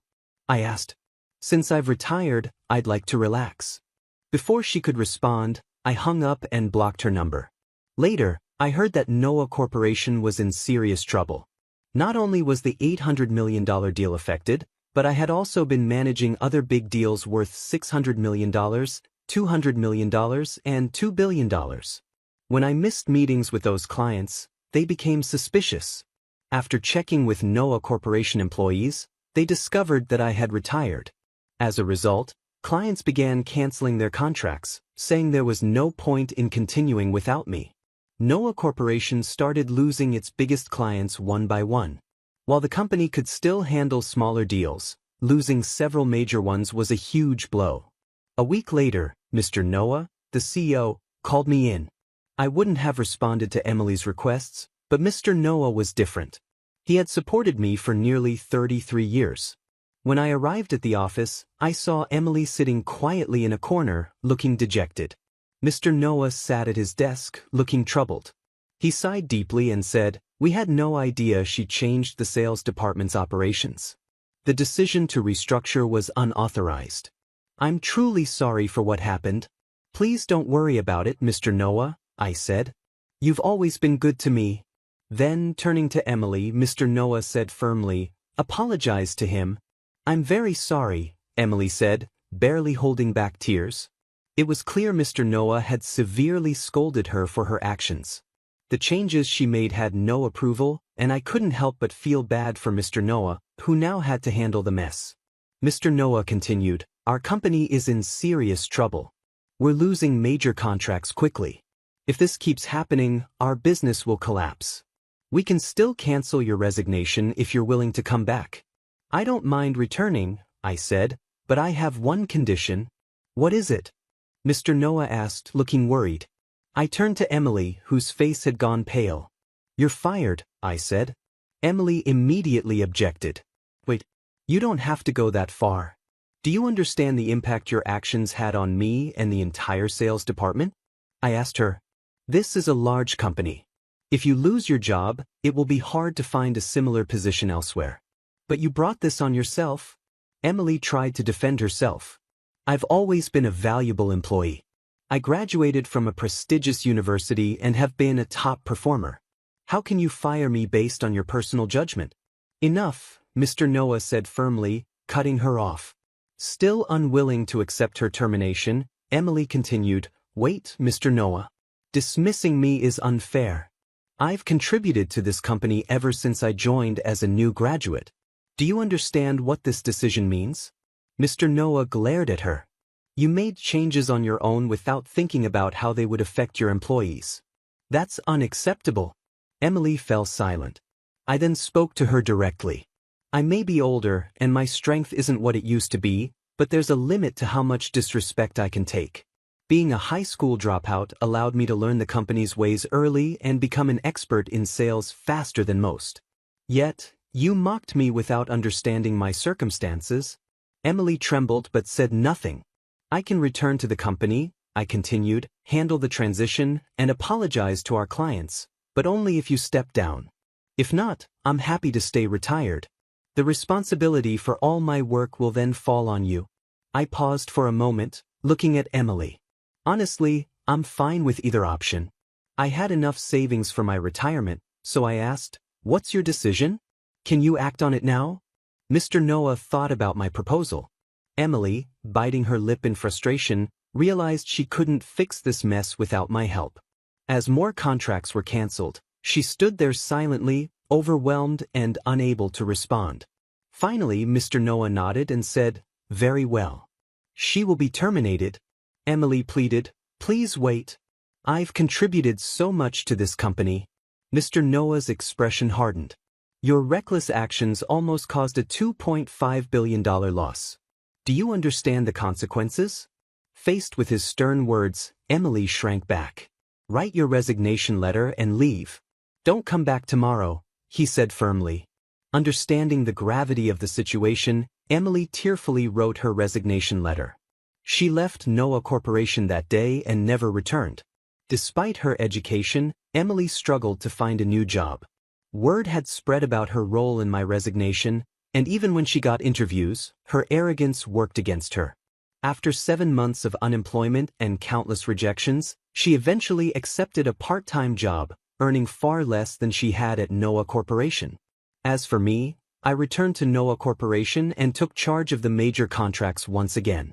I personally apologized to the clients, which helped rebuild their trust. The employees who had been worried about the company's future felt reassured when I came back. News of my return spread, and with my sincere apologies, we successfully restored the canceled contracts. It also became clear that Emily had been arrogant in her dealings with clients, and they found it much easier to work with us after her dismissal. Noah Corporation became more manageable, and I could see the potential for growth. I plan to retire at 66, and if the company continues on this path, it will expand even after I leave. My career will end on a high note. Although I left my grandfather's company years ago, I'm thankful I joined Noah Corporation. With only a few years left, I'm determined to give my best effort and finish my career strong. I want to leave behind a legacy of success, putting my heart into my work and ensuring the company thrives even after I'm gone. I'm Anna, and I grew up in the shadow of my older sister, Kelly. In our house, she was the star. Our home was always full of people, aunts, uncles, cousins, you name it. They'd show up in our backyard like ants drawn to a picnic, eager for my mom's famous barbecue and to watch Kelly perform. Our backyard felt like a stage, with a neatly trimmed lawn and a big oak tree that made the perfect backdrop. Dad would light the grill, and the smell of charcoal and sizzling meat would fill the air. Mom was always rushing around, making sure everyone had a drink in their hand. Kelly, sweetie, Aunt Cheryl would call out over the noise. Why don't you sing us a song? And just like that, all eyes turned to Kelly. She would jump onto a chair, her golden curls bouncing and a playful sparkle in her eyes. She'd clear her throat dramatically, and then she'd start singing. She loved doing her best Celine Dion impression with My Heart Will Go On, and the adults went wild, clapping and cheering like it was a real concert. Mom and Dad would smile proudly, with Dad even wiping away a tear now and then. Meanwhile, I would be off to the side, trying to disappear among the bushes. It wasn't that I didn't want to join in, but whenever I tried to sing, it sounded like a cat in distress. And poetry? Forget it. The words would get stuck, and I'd end up stammering and turning bright red. I'd often hear my relatives whispering about how different I was from my sister. It wasn't just the relatives who made it clear. Mom and Dad knew who the family star was. While Kelly was busy with dance classes, singing lessons, and art workshops, I was left to my own devices. I didn't mind much, though. I found comfort in the old, dusty books on our shelves. The only person who seemed to understand me was Great Aunt Teresa. She'd find me hiding behind the garage or up in the treehouse with my nose deep in a book. "What adventure are you on today, Anna?" she'd ask, sitting down beside me. I'd look up, grateful for the break. "Oh, just reading about ancient Egypt," I'd say, showing her the cover of my latest book. Teresa would nod, her eyes full of kindness. "You've got a good head on your shoulders, girl. Don't let anyone tell you different." Those moments with Teresa were a comfort to my heart. She didn't expect me to perform or be anyone other than myself. With her, I could just be Anna, the quiet girl who liked books more than the noise of family gatherings. But no matter how much I loved those moments, they didn't take away the hurt of being the forgotten child. Every time Kelly learned a new song or won another award, my parents would praise her and shower her with gifts, new clothes, the latest gadgets, you name it. And me? I got hand-me-downs and long sighs of disappointment. School became my escape. I wasn't the most popular kid, but I found my place in the classroom. I wasn't happy just sitting back and listening. I needed to understand everything. Mrs. David, I'd ask after class, my voice calm but sure, could you go over that part about mitosis again? I didn't quite get it. She'd smile, clearly happy that I cared. Of course, Anna. Let's go over it together. If a teacher didn't have time, I'd ask for book recommendations. Soon, my backpack was stuffed with extra reading material. I stayed up late, poring over those books, determined to get every subject right. All that effort paid off. By the time I got to high school, I was the top student in my class. For once, I was the best at something. I even made a few friends, other quiet book lovers who didn't mind my calm ways. As graduation got closer, our house became Kelly Central. Mom spent all her time helping her with her portfolio for a fancy college's advertising and PP program. Oh, honey, this campaign idea is perfect, Mom would say, looking over Kelly's work. You're so talented. I'd roll my eyes and go back to my room, burying myself in my studies. But one night, during yet another family dinner all about Kelly's college plans, I couldn't hold back anymore. I'm going to college too. I blurted out. I want to study management. The silence was heavy, and then, to my shock, they all burst into laughter. Oh, sweetie, Mom said, wiping tears from her eyes. We don't have money for that. You'll need to get a job after graduation. You're just not as gifted as your sister. It felt like a slap to the face. But I'm the top student in my class, I said, my voice shaking. I stammered, my face burning with anger and embarrassment. I get straight A's, I yelled, storming up to my room. I came back down with my report card and slammed it on the table. They all leaned in to look, their eyes widening in surprise. Well, I'll be damned, Dad muttered, scratching his head. When did this happen? It's been happening for years. I snapped. Not that any of you ever noticed. Mom looked guilty, her face flushed. Anna, we had no idea, she began, but Dad cut her off. Look, it doesn't change anything. We've spent all our savings on Kelly's education. There's nothing left for you, Anna. I'm sorry, but that's just the way it is. You'll go work at my cousin Gary's restaurant after graduation. I turned and ran, ignoring their voices. I sprinted up the stairs to my room and slammed the door so hard the walls shook. I collapsed on my bed, sobbing until I felt something inside me harden. Fine, I thought, clenching my fists. If they won't help me, I'll find another way. I'll show them what I can do. The next few months were a blur. Kelly went off to college, her departure filled with tearful goodbyes and proud hugs from our parents. Meanwhile, I threw myself into my studies like never before, determined to finish at the top of my class. During that time, I spent more and more afternoons at Great Aunt Teresa's cozy house. It became my escape from the tension at home. One sunny afternoon, as we sat in her warm kitchen drinking tea, she asked the question I had been dreading. So, Anna, she said gently, her kind eyes fixed on me, what are your plans after graduation? I stared into my teacup, trying to hold back the tears. I don't know, Aunt Teresa, I said. Mom and Dad won't help me with college. They say there's no money left after paying for Kelly's education. Teresa was quiet for a moment. Then she reached across the table and squeezed my hand. Anna, dear, I have some savings. I'd like to use them for your college. You're smart as a whip, and I won't let that brain of yours go to waste. Her words hit me like a wave, and I burst into tears. I was overwhelmed by her kindness and the sudden hope that my dreams weren't lost after all. Thank you, I sobbed, throwing my arms around her. Thank you so much, Aunt Teresa. The months flew by, and before I knew it, I was walking across the stage at graduation with my diploma in hand. As I looked out at the crowd, I saw Aunt Teresa smiling proudly. My parents were there too, but they looked more awkward than proud. That evening, as I was going through college brochures, Mom came into my room. Anna, honey, she said, her voice sugary sweet. Your father's cousin Gary called. He's got a waitressing job for you at his restaurant. Isn't that exciting? I took a deep breath. Actually, Mom, I won't be needing that job. I'm going to college. Dad appeared in the doorway, frowning. And how exactly do you plan to pay for that? Aunt Teresa is helping me, I said, holding my head high. She's giving me her savings for tuition. The silence that followed was almost funny. Then, to my surprise, Dad's face turned red with anger. Absolutely not, he shouted. If Teresa has money to spare, it should go to Kelly. She needs a car for her job in advertising after she graduates next year. I couldn't believe what I was hearing. Are you serious? I snapped. This is my chance to get an education and make something of myself. Don't be selfish, Anna, Mom added. Your sister needs that money more than you do. No, I said, my voice shaking but steady. This is my money now, and I'm using it for college. End of discussion. From that moment, home life became unbearable.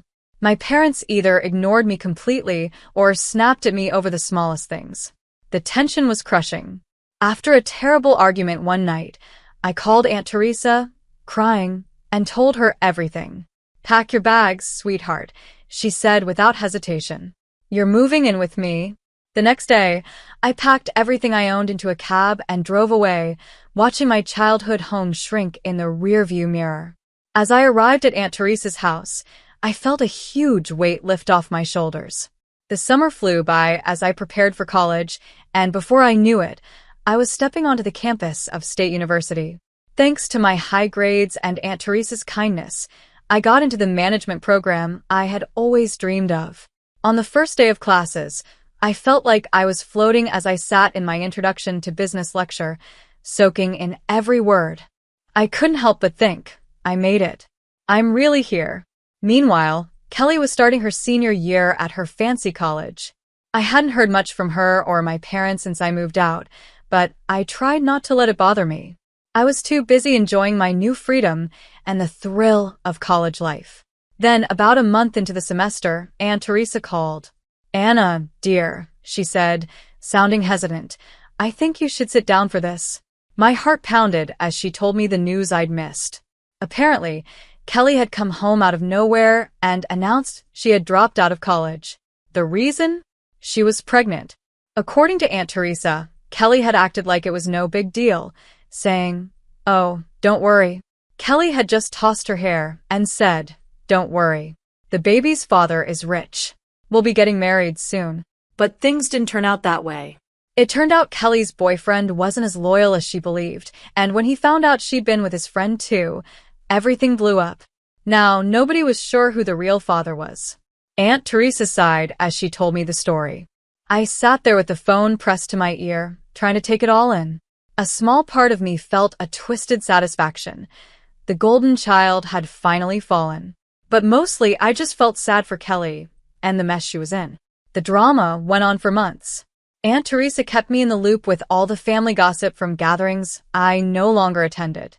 When Kelly's baby was born, a DNA test confirmed that her boyfriend was indeed the father. But instead of the dream wedding Kelly had imagined, he only agreed to pay child support.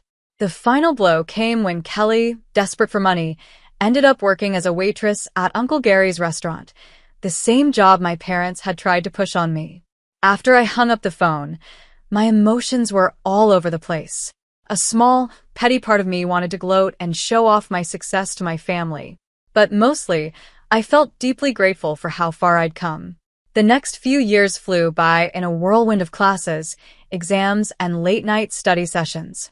Before I knew it, I was walking across the stage at graduation, holding my hard-earned management degree. As I looked out at the crowd, I saw Aunt Teresa smiling proudly, tears of joy in her eyes. Because of my top grades and great recommendations from my professors, I landed a manager position at the Gilded Fork, one of the top restaurants in the city. The salary was more than I had ever dreamed of, and for the first time in my life, I felt truly accomplished. When I got my first paycheck, I knew exactly what I wanted to do. I went straight to the electronics store and bought the latest smartphone for Aunt Teresa. Her eyes lit up when I handed it to her. "Oh, Anna," she gasped, turning the sleek phone over in her hands. "This is too much." I just smiled, pulling out my own phone. "Not at all. Now, let me show you how to use it." Over the next few weeks, I taught Aunt Teresa everything about social media. She picked it up quickly, especially enjoying YouTube's video feature. Soon, Her page was full of videos, her garden, her cat, and her famous apple pie in all its stages of preparation. I'd watch Aunt Teresa's videos during my lunch breaks, always leaving a comment or a like. It became our way of staying connected, even when work kept me busy. One day, as I was getting ready for the dinner rush, my phone buzzed. I glanced at it and was surprised to see my mother's name.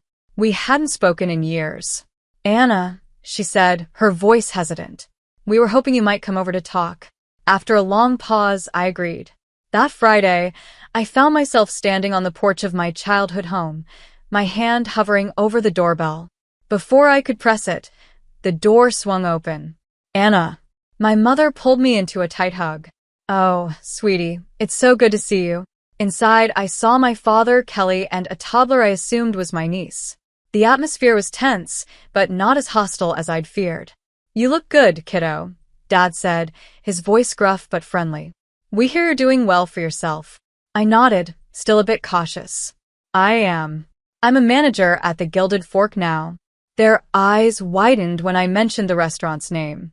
Mom cleared her throat. That's wonderful, dear. Actually, that's part of why we wanted to talk to you." For the next hour, they apologized for how they had treated me, admitting they were wrong to dismiss my potential.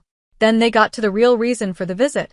"Anna," Mom said, glancing at Kelly, we were wondering if you could help Kelly get a job at your restaurant." I looked at my sister, who was bouncing her daughter on her knee.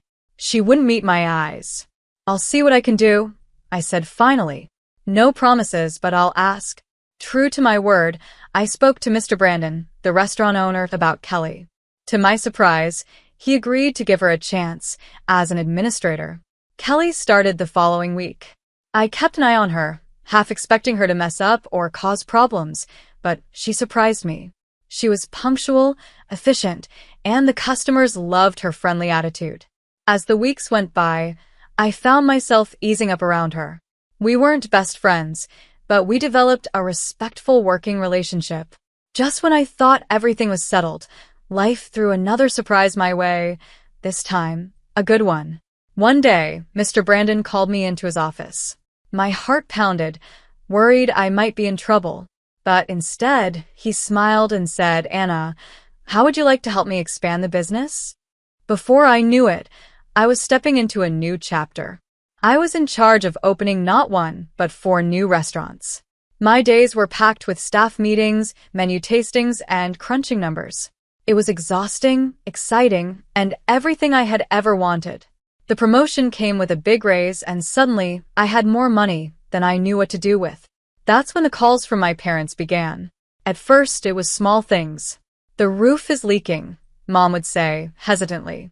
"We were wondering if you might be able to help out a little."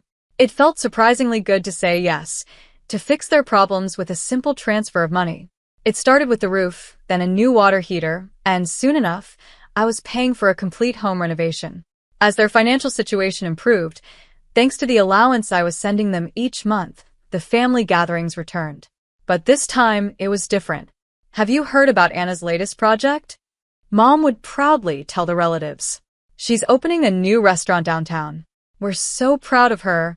I'd catch Kelly's eye across the room, and she'd give me a small smile. She was doing well, too, having been promoted to head administrator at the Gilded Fork. "My girls," Dad would say, putting an arm around each of us. Both of them making their old man proud. Part of me wanted to be bitter, to remind them of how they treated me before, but a bigger part of me just enjoyed their approval, something I had wanted for so long. As I drove home that night, a feeling of contentment washed over me. After all these years, I finally had what I'd always wanted, success in my career and the love and appreciation of my family. I was the golden child now, but more importantly, I was my own person, standing on my own 3 feet. It was a quiet Friday afternoon when everything came crashing down. I was scrolling through YouTube, sipping my coffee, when I saw that Aunt Teresa had posted a new video. It was from one of the family parties I'd missed because of work. Smiling, I clicked play, expecting to see the usual fun and laughter.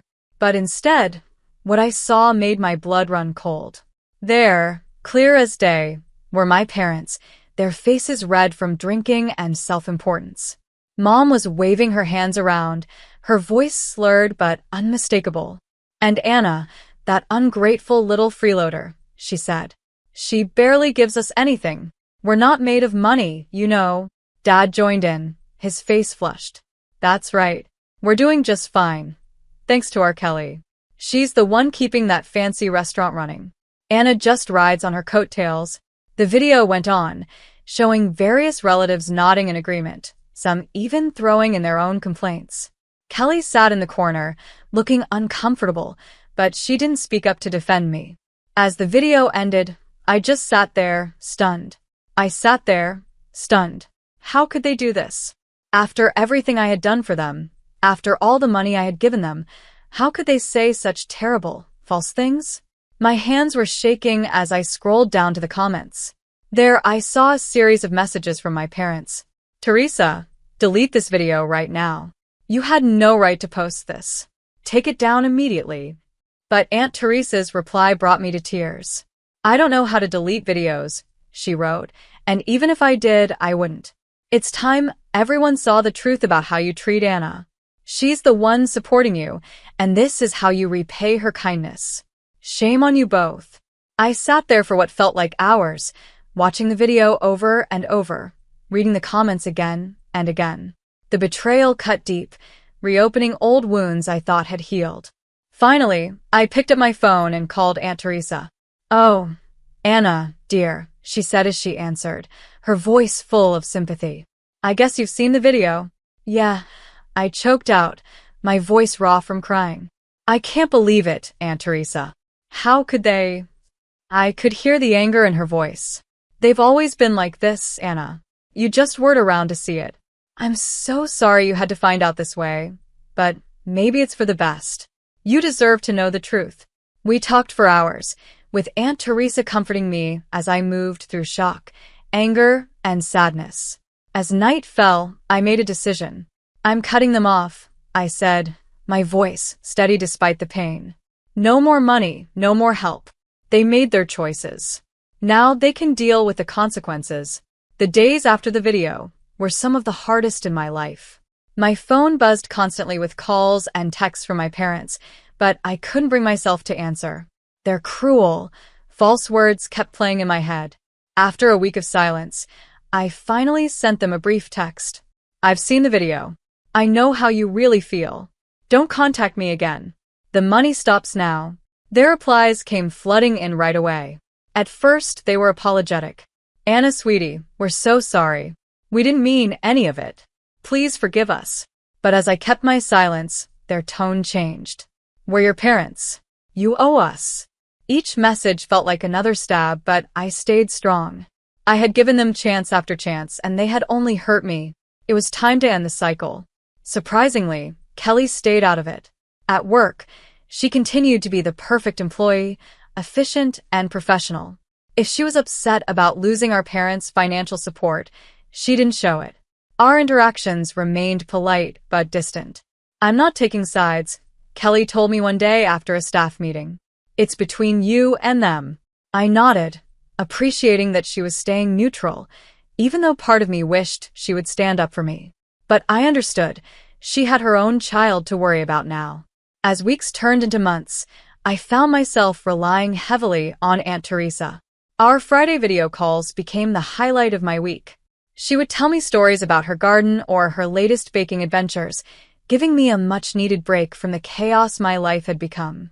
"You're doing the right thing, Anna," she'd say whenever I started to doubt myself. "Don't let them manipulate you anymore."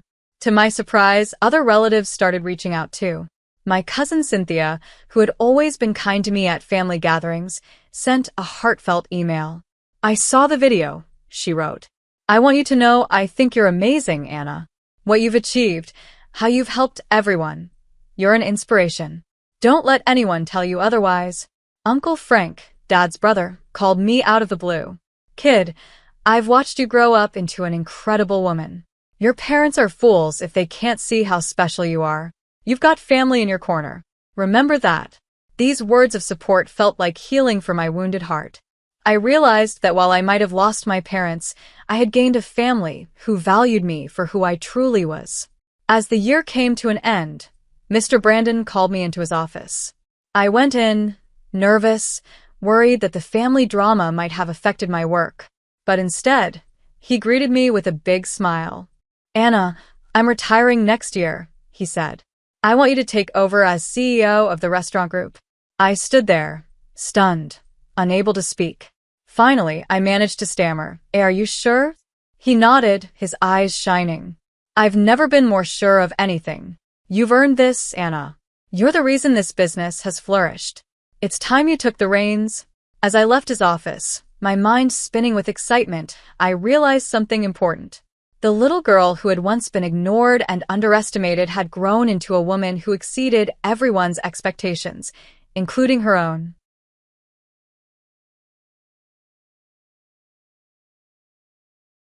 When I was just 6 years old, my life took a rough turn. My parents, who never seemed to say a kind word to me, yelled at me one day and told me to leave the house. They always seemed to favor my younger brother, Adam, which made me feel like I didn't belong. I remember walking down the dark streets, scared and alone, until a kind woman came up to me and took me in.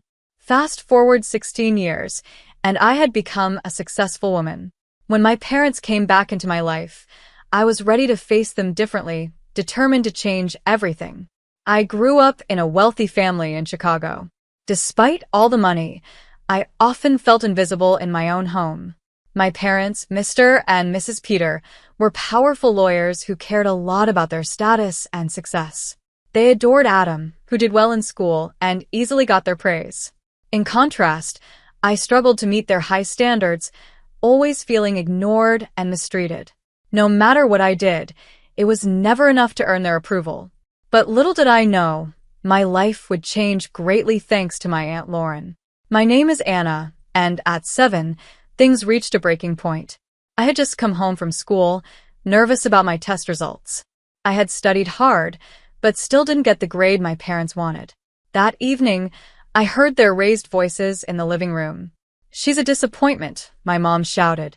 "We've given her every chance, and what do we get in return?" I stood frozen outside my bedroom door, tears running down my cheeks. I wanted to scream, "Why can't you see I'm trying?" but the words wouldn't come out.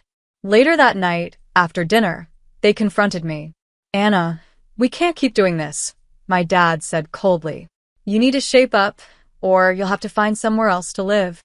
At first, I thought it was a joke, but when I saw his serious face, my heart sank. "Where will I go?" I whispered, scared. "Figure it out," he replied harshly. That was the final straw. My heart pounded as I packed a small bag, knowing my life was about to change forever. I had nowhere to go. I left the house and wandered the streets of Jacksonville, feeling lost and scared. The city lights were so bright, and the sounds of people laughing and talking around me made me feel even more alone. I felt like I didn't belong in a place that should have felt like home. As the hours passed, I started to lose hope. Just when I thought things couldn't get worse, I saw a familiar face. It was my Aunt Lauren looking worried. "Anna, what are you doing here?" she asked. I didn't know where else to go," I said, my voice shaking. Without a second thought, she hugged me. "Come with me," she said softly. "You're safe now." Lauren was 42 and managed a restaurant. She had always been there for me, the only one who truly believed in me. I followed her to her small apartment, feeling a tiny bit of hope return. As we settled in, she made me a warm bowl of soup. "I was so worried about you," she said gently. "You can stay here as long as you need." Living with Lauren changed my life. She filled the emptiness my parents left behind. "You're smart, Anna. You can do anything you set your mind to," she'd say. With her support, I started doing better in school, working harder than ever to show I could succeed. Meanwhile, Adam was struggling with our parents' high expectations. I could see the stress was wearing him down. One evening, I found him sitting in our old neighborhood, playing his guitar. "Hey, are you okay?" I asked, sitting beside him. "Just thinking," he said, his face serious. "Mom and Dad want me to follow their path, but I want to do music. It's like they don't care about what I want." "I understand," I said, feeling our shared pain. "You have to follow your passion." "They'll be so mad," he sighed. looking at his guitar. Maybe it's time to stand up for yourself, I suggested, hoping to give him a little courage. You deserve to be happy. As the weeks went by, I thrived under Lauren's care, but the gap between Adam and our parents grew wider. When they found out he had enrolled in a performing arts school, the argument that followed was unforgettable. One evening, the tension finally reached a breaking point. I came home from school to find our parents arguing with Adam. "You're throwing your life away," Dad yelled, his face red with anger. No, Dad. "I'm doing what I love," Adam said, his voice rising. "This isn't how we raised you. You're wasting your potential," Mom added, her tone sharp and cold. My heart pounded as I stepped into the living room. "This isn't fair. Adam has the right to choose his own path," I shouted, feeling adrenaline rush through me. "Stay out of this, Anna," my dad snapped. "You've already done enough damage." In that moment, I realized how deep the divide between us had grown.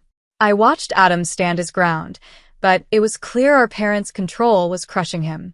This fight wasn't just a turning point for Adam. It changed something in me too. As I settled into life with Lauren, I felt hope again. She was my rock, always cheering me on and reminding me of my worth. Her small apartment was warm and full of laughter, with the comforting smell of home-cooked meals. It was so different from the cold, demanding home I had left behind. "Anna, you're going to be a doctor one day. I just know it," Lauren would say while helping me with my homework. "You have the heart for it." Her belief in me lit a fire. I threw myself into my studies, determined to succeed. School became my safe place, where I could escape the painful memories of my childhood. I worked hard for high grades, wanting to prove my worth, not just to myself but to my parents too. As I thrived in school, I often thought about Adam. He was still living with our parents, and I worried about him. One day, I called him. "Hey, how's everything?" I asked, trying to sound cheerful. "It's the same. Mom and Dad just don't understand," he replied, his voice full of frustration. "They think I'll change my mind and go to law school like them." "You won't, though," I said firmly. "You're too talented for that. You need to follow your passion." "I know, but it's hard with them always pushing me," Adam admitted. "I wish I could just get away like you did." "Maybe you can," I suggested, feeling a burst of hope. "You could come stay with me and Lauren for a while. It might help you figure things out." "Yeah, maybe," he said, though I could hear the doubt in his voice. As the months went by, my hard work toward becoming a doctor started to pay off. I graduated high school with honors and got a scholarship to a top university. When I opened my acceptance letter, I couldn't hold back my excitement. I jumped up and down, clutching the letter tightly. "I did it, Lauren. I'm going to be a doctor," I shouted. Lauren hugged me, her eyes filling with happy tears. "I always knew you could do it, Anna. You deserve this." But even with my happiness, I felt a bit of fear. I knew the path ahead would be hard, and I worried about what would come next for both me and Adam. I also knew my parents would probably react the same way they always did, without much pride or warmth. When I called them to share the news about my scholarship, their response was cold. "That's great, Anna," my dad said, sounding flat. "But remember, medical school is tough. You'll have to be perfect. Why can't you just be proud of hers?" Lauren said, frustrated. "She's worked so hard for this." There was silence from my parents. They were still the same, only seeing my achievements as things I had to do, not as things to celebrate. It hurt, but I refused to let their disappointment ruin my happiness. Once I started university, I threw myself into my studies. Medical school was tough, but I loved every bit of it. Learning new things fueled my passion, and I enjoyed the challenges. Late nights studying were often brightened by texts from Adam, who was finding his own path. "Just finished another song," he texted one night. "It's about breaking free from expectations. I can't wait to hear it." I replied, feeling proud of him and hoping he'd find the courage to follow his dreams. As I moved forward in my studies, my parents tried reaching out again, but it felt empty. They sent me an email, suggesting I should think about law school instead, even offering to help pay. "Anna, think about what a law degree could mean for your future," they wrote. Anger rose up in me, and I slammed my fist on the desk, shouting at the computer screen, "I don't want to be a lawyer. I'm going to be a doctor." One afternoon, Lauren found me in this state. "What's wrong?" she asked, concerned. "They think I should drop everything and follow their path," I said, frustration spilling over. "It's like they can't accept who I am." "Anna, you are strong," Lauren said softly. "You've come so far. Don't let their expectations pull you down." Her words reminded me of my purpose.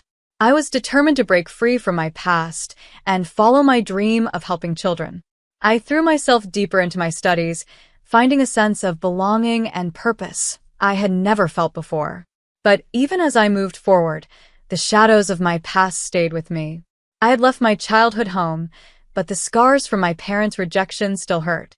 I couldn't shake the feeling that they would never truly accept me. Despite this, I kept going, driven by Lauren's love and my own dream of a better future. Little did I know the hardest test was still ahead, and my need for acceptance would only get more challenging. As I went through medical school, I felt like I was finally becoming the person I was meant to be. I had a purpose, and my passion for helping children pushed me forward. I had friends who shared my dreams, and for the first time, I felt like I belonged. But even as I thrived in this new world, my parents' presence still hung over me like a dark cloud. I would get emails from them now and then, reminders of what they wanted for me and suggestions that I consider law instead of medicine. Each time I read those emails, old anger would bubble up, but I had learned to push those feelings aside. One evening, while I was studying for an exam, my phone buzzed. It was a message from Adam. "Can we talk? I need to figure things out." I felt a wave of concern. "Of course, come over," I replied, eager to help him. When Adam arrived, he looked more stressed than ever. "I can't take it anymore, Anna. Mom and Dad won't let up," he said, running his hand through his hair. "They think I'm just wasting my life on music." "You know that's not true," I said, trying to reassure him. "You have real talent, and you deserve to follow your passion." "I know, but every time I try to talk to them, it's like talking to a wall," he said, frustration clear in his voice. "They just don't understand." As we talked, I could see how hard this was for him. I knew exactly how suffocating it felt to be constantly pushed in a direction you didn't want to go. "Maybe it's time to stand up to them," I suggested. "You deserve to be happy." Adam nodded slowly, but I could see he was still unsure. "I don't want to lose them completely." "Sometimes, you have to take a stand for yourself," I said softly. I answered, "I had to do the same thing. It's hard, but you'll be better for it." Days turned into weeks, and as I focused on my studies, the thought of facing my parents was always in the back of my mind. I knew that one day, I'd have to confront them. Then, one evening, I got a call from my mom. "We'd like to have a family dinner," she said. "It's important." A knot formed in my stomach. "Sure," I replied cautiously, unsure of what they wanted. The dinner was set for a few days later. As it got closer, I felt a mix of nervousness and hope. I wanted to believe they might be ready to understand me, but part of me was preparing for more disappointment. When the day came, I arrived at the restaurant early, my heart racing as I waited. When my parents, Mr. and Mrs. Peter, walked in, they looked as serious as ever. They sat down, and I could feel the tension. "Thank you for coming," my mom began, her voice calm but cold. "We wanted to talk about our family and our future." "Okay," I said, trying to keep my voice steady. "I've been thinking," my dad said, leaning forward, "about your education and future.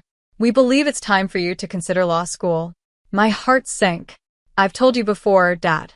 I want to be a doctor. That's what I love," I replied firmly. "Passion doesn't pay the bills," he shot back, frustration clear in his tone. "You need to think practically." "Practicality isn't everything," I replied, feeling anger rise inside me. "I've worked hard to get where I am, and I won't let you push me into something I don't want." The tension grew, and other people in the restaurant were beginning to notice our argument. "Anna, we just want what's best for you," my mom said, her voice shaking a little. "But you're not making smart choices." "No, you're not listening." "You've never listened," I said, unable to hold back anymore. "You've spent my whole life judging me by grades and achievements. I'm done with that." At that moment, Adam walked into the restaurant, noticing the tension. He came over, his eyes full of concern. "What's going on?" he asked. "Just a family discussion," my dad said dismissively, but it was clear things had gotten heated. "This doesn't look like family," Adam replied, giving our parents a hard look. "You can't keep doing this to her or to us." "What do you know about families?" my mom shot back harshly. "More than you think," Adam said, stepping closer to me. "Anna deserves support, not judgment. We both do." In that moment, all the emotions that had been bottled up for years finally spilled over. All the feelings I had kept bottled up for years came rushing out. I realized I had spent too long trying to earn their love and approval, only to find that nothing would ever be enough. "I'm done trying to live up to your standards," I shouted, my voice shaking. "I'm finally happy, and I won't let you take that away from me." The restaurant fell silent, and I felt everyone's eyes on us. It was a moment of complete honesty, with all the pain, rejection, and struggle of my childhood laid bare. As I looked around, I knew I was ready to leave the past behind and reclaim my life. But I also knew that this was just the beginning of a bigger battle. The silence was thick. My heart raced as I stood there, facing my parents with my true feelings out in the open. Adam stood beside me, his presence comforting.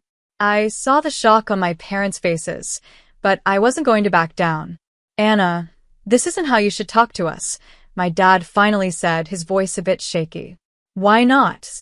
I shot back, still angry. "I've spent my whole life trying to please you, and it's only made me feel worse.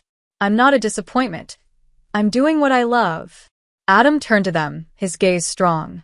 "You need to understand that forcing us into careers we don't want isn't love. It's control." My mom looked stunned, her usual authority fading. "We thought we were doing what was best for you," she said softly, a hint of hurt in her voice. "Best for us or best for you?" I replied, feeling the weight of my words. "You've never seen us for who we really are, just your expectations." In that moment, I felt a change in myself. I was no longer the scared little girl trying to earn their approval. I was an adult, a future doctor with dreams of helping others, and I was finally ready to stand up for myself and for Adam. "Enough of this," I said firmly. "I won't let you control my future anymore. I'm going to be a pediatrician, and nothing you say will change that." Tears welled up in my mom's eyes as she seemed to realize the impact of her actions. "I just wanted you both to have secure futures," she whispered. "I thought that would make you happy." "Mom, happiness isn't just about a job or title," Adam said gently. "It's about being true to ourselves. I want to make music, and Anna wants to help children. That's what will make us happy." The restaurant stayed quiet, but I felt a huge weight lift off my shoulders. For the first time, I could breathe freely. I had finally spoken my truth, and it felt freeing. "Maybe we've been too focused on our own ideas of success," my dad admitted, sounding regretful. "We didn't mean to push you away." I could see they were sincere, but I also knew words alone wouldn't fix everything. "It's going to take time," I said calmly. "Time for me to trust you again. But I'm willing to try if you are." With a deep sigh, my mom nodded.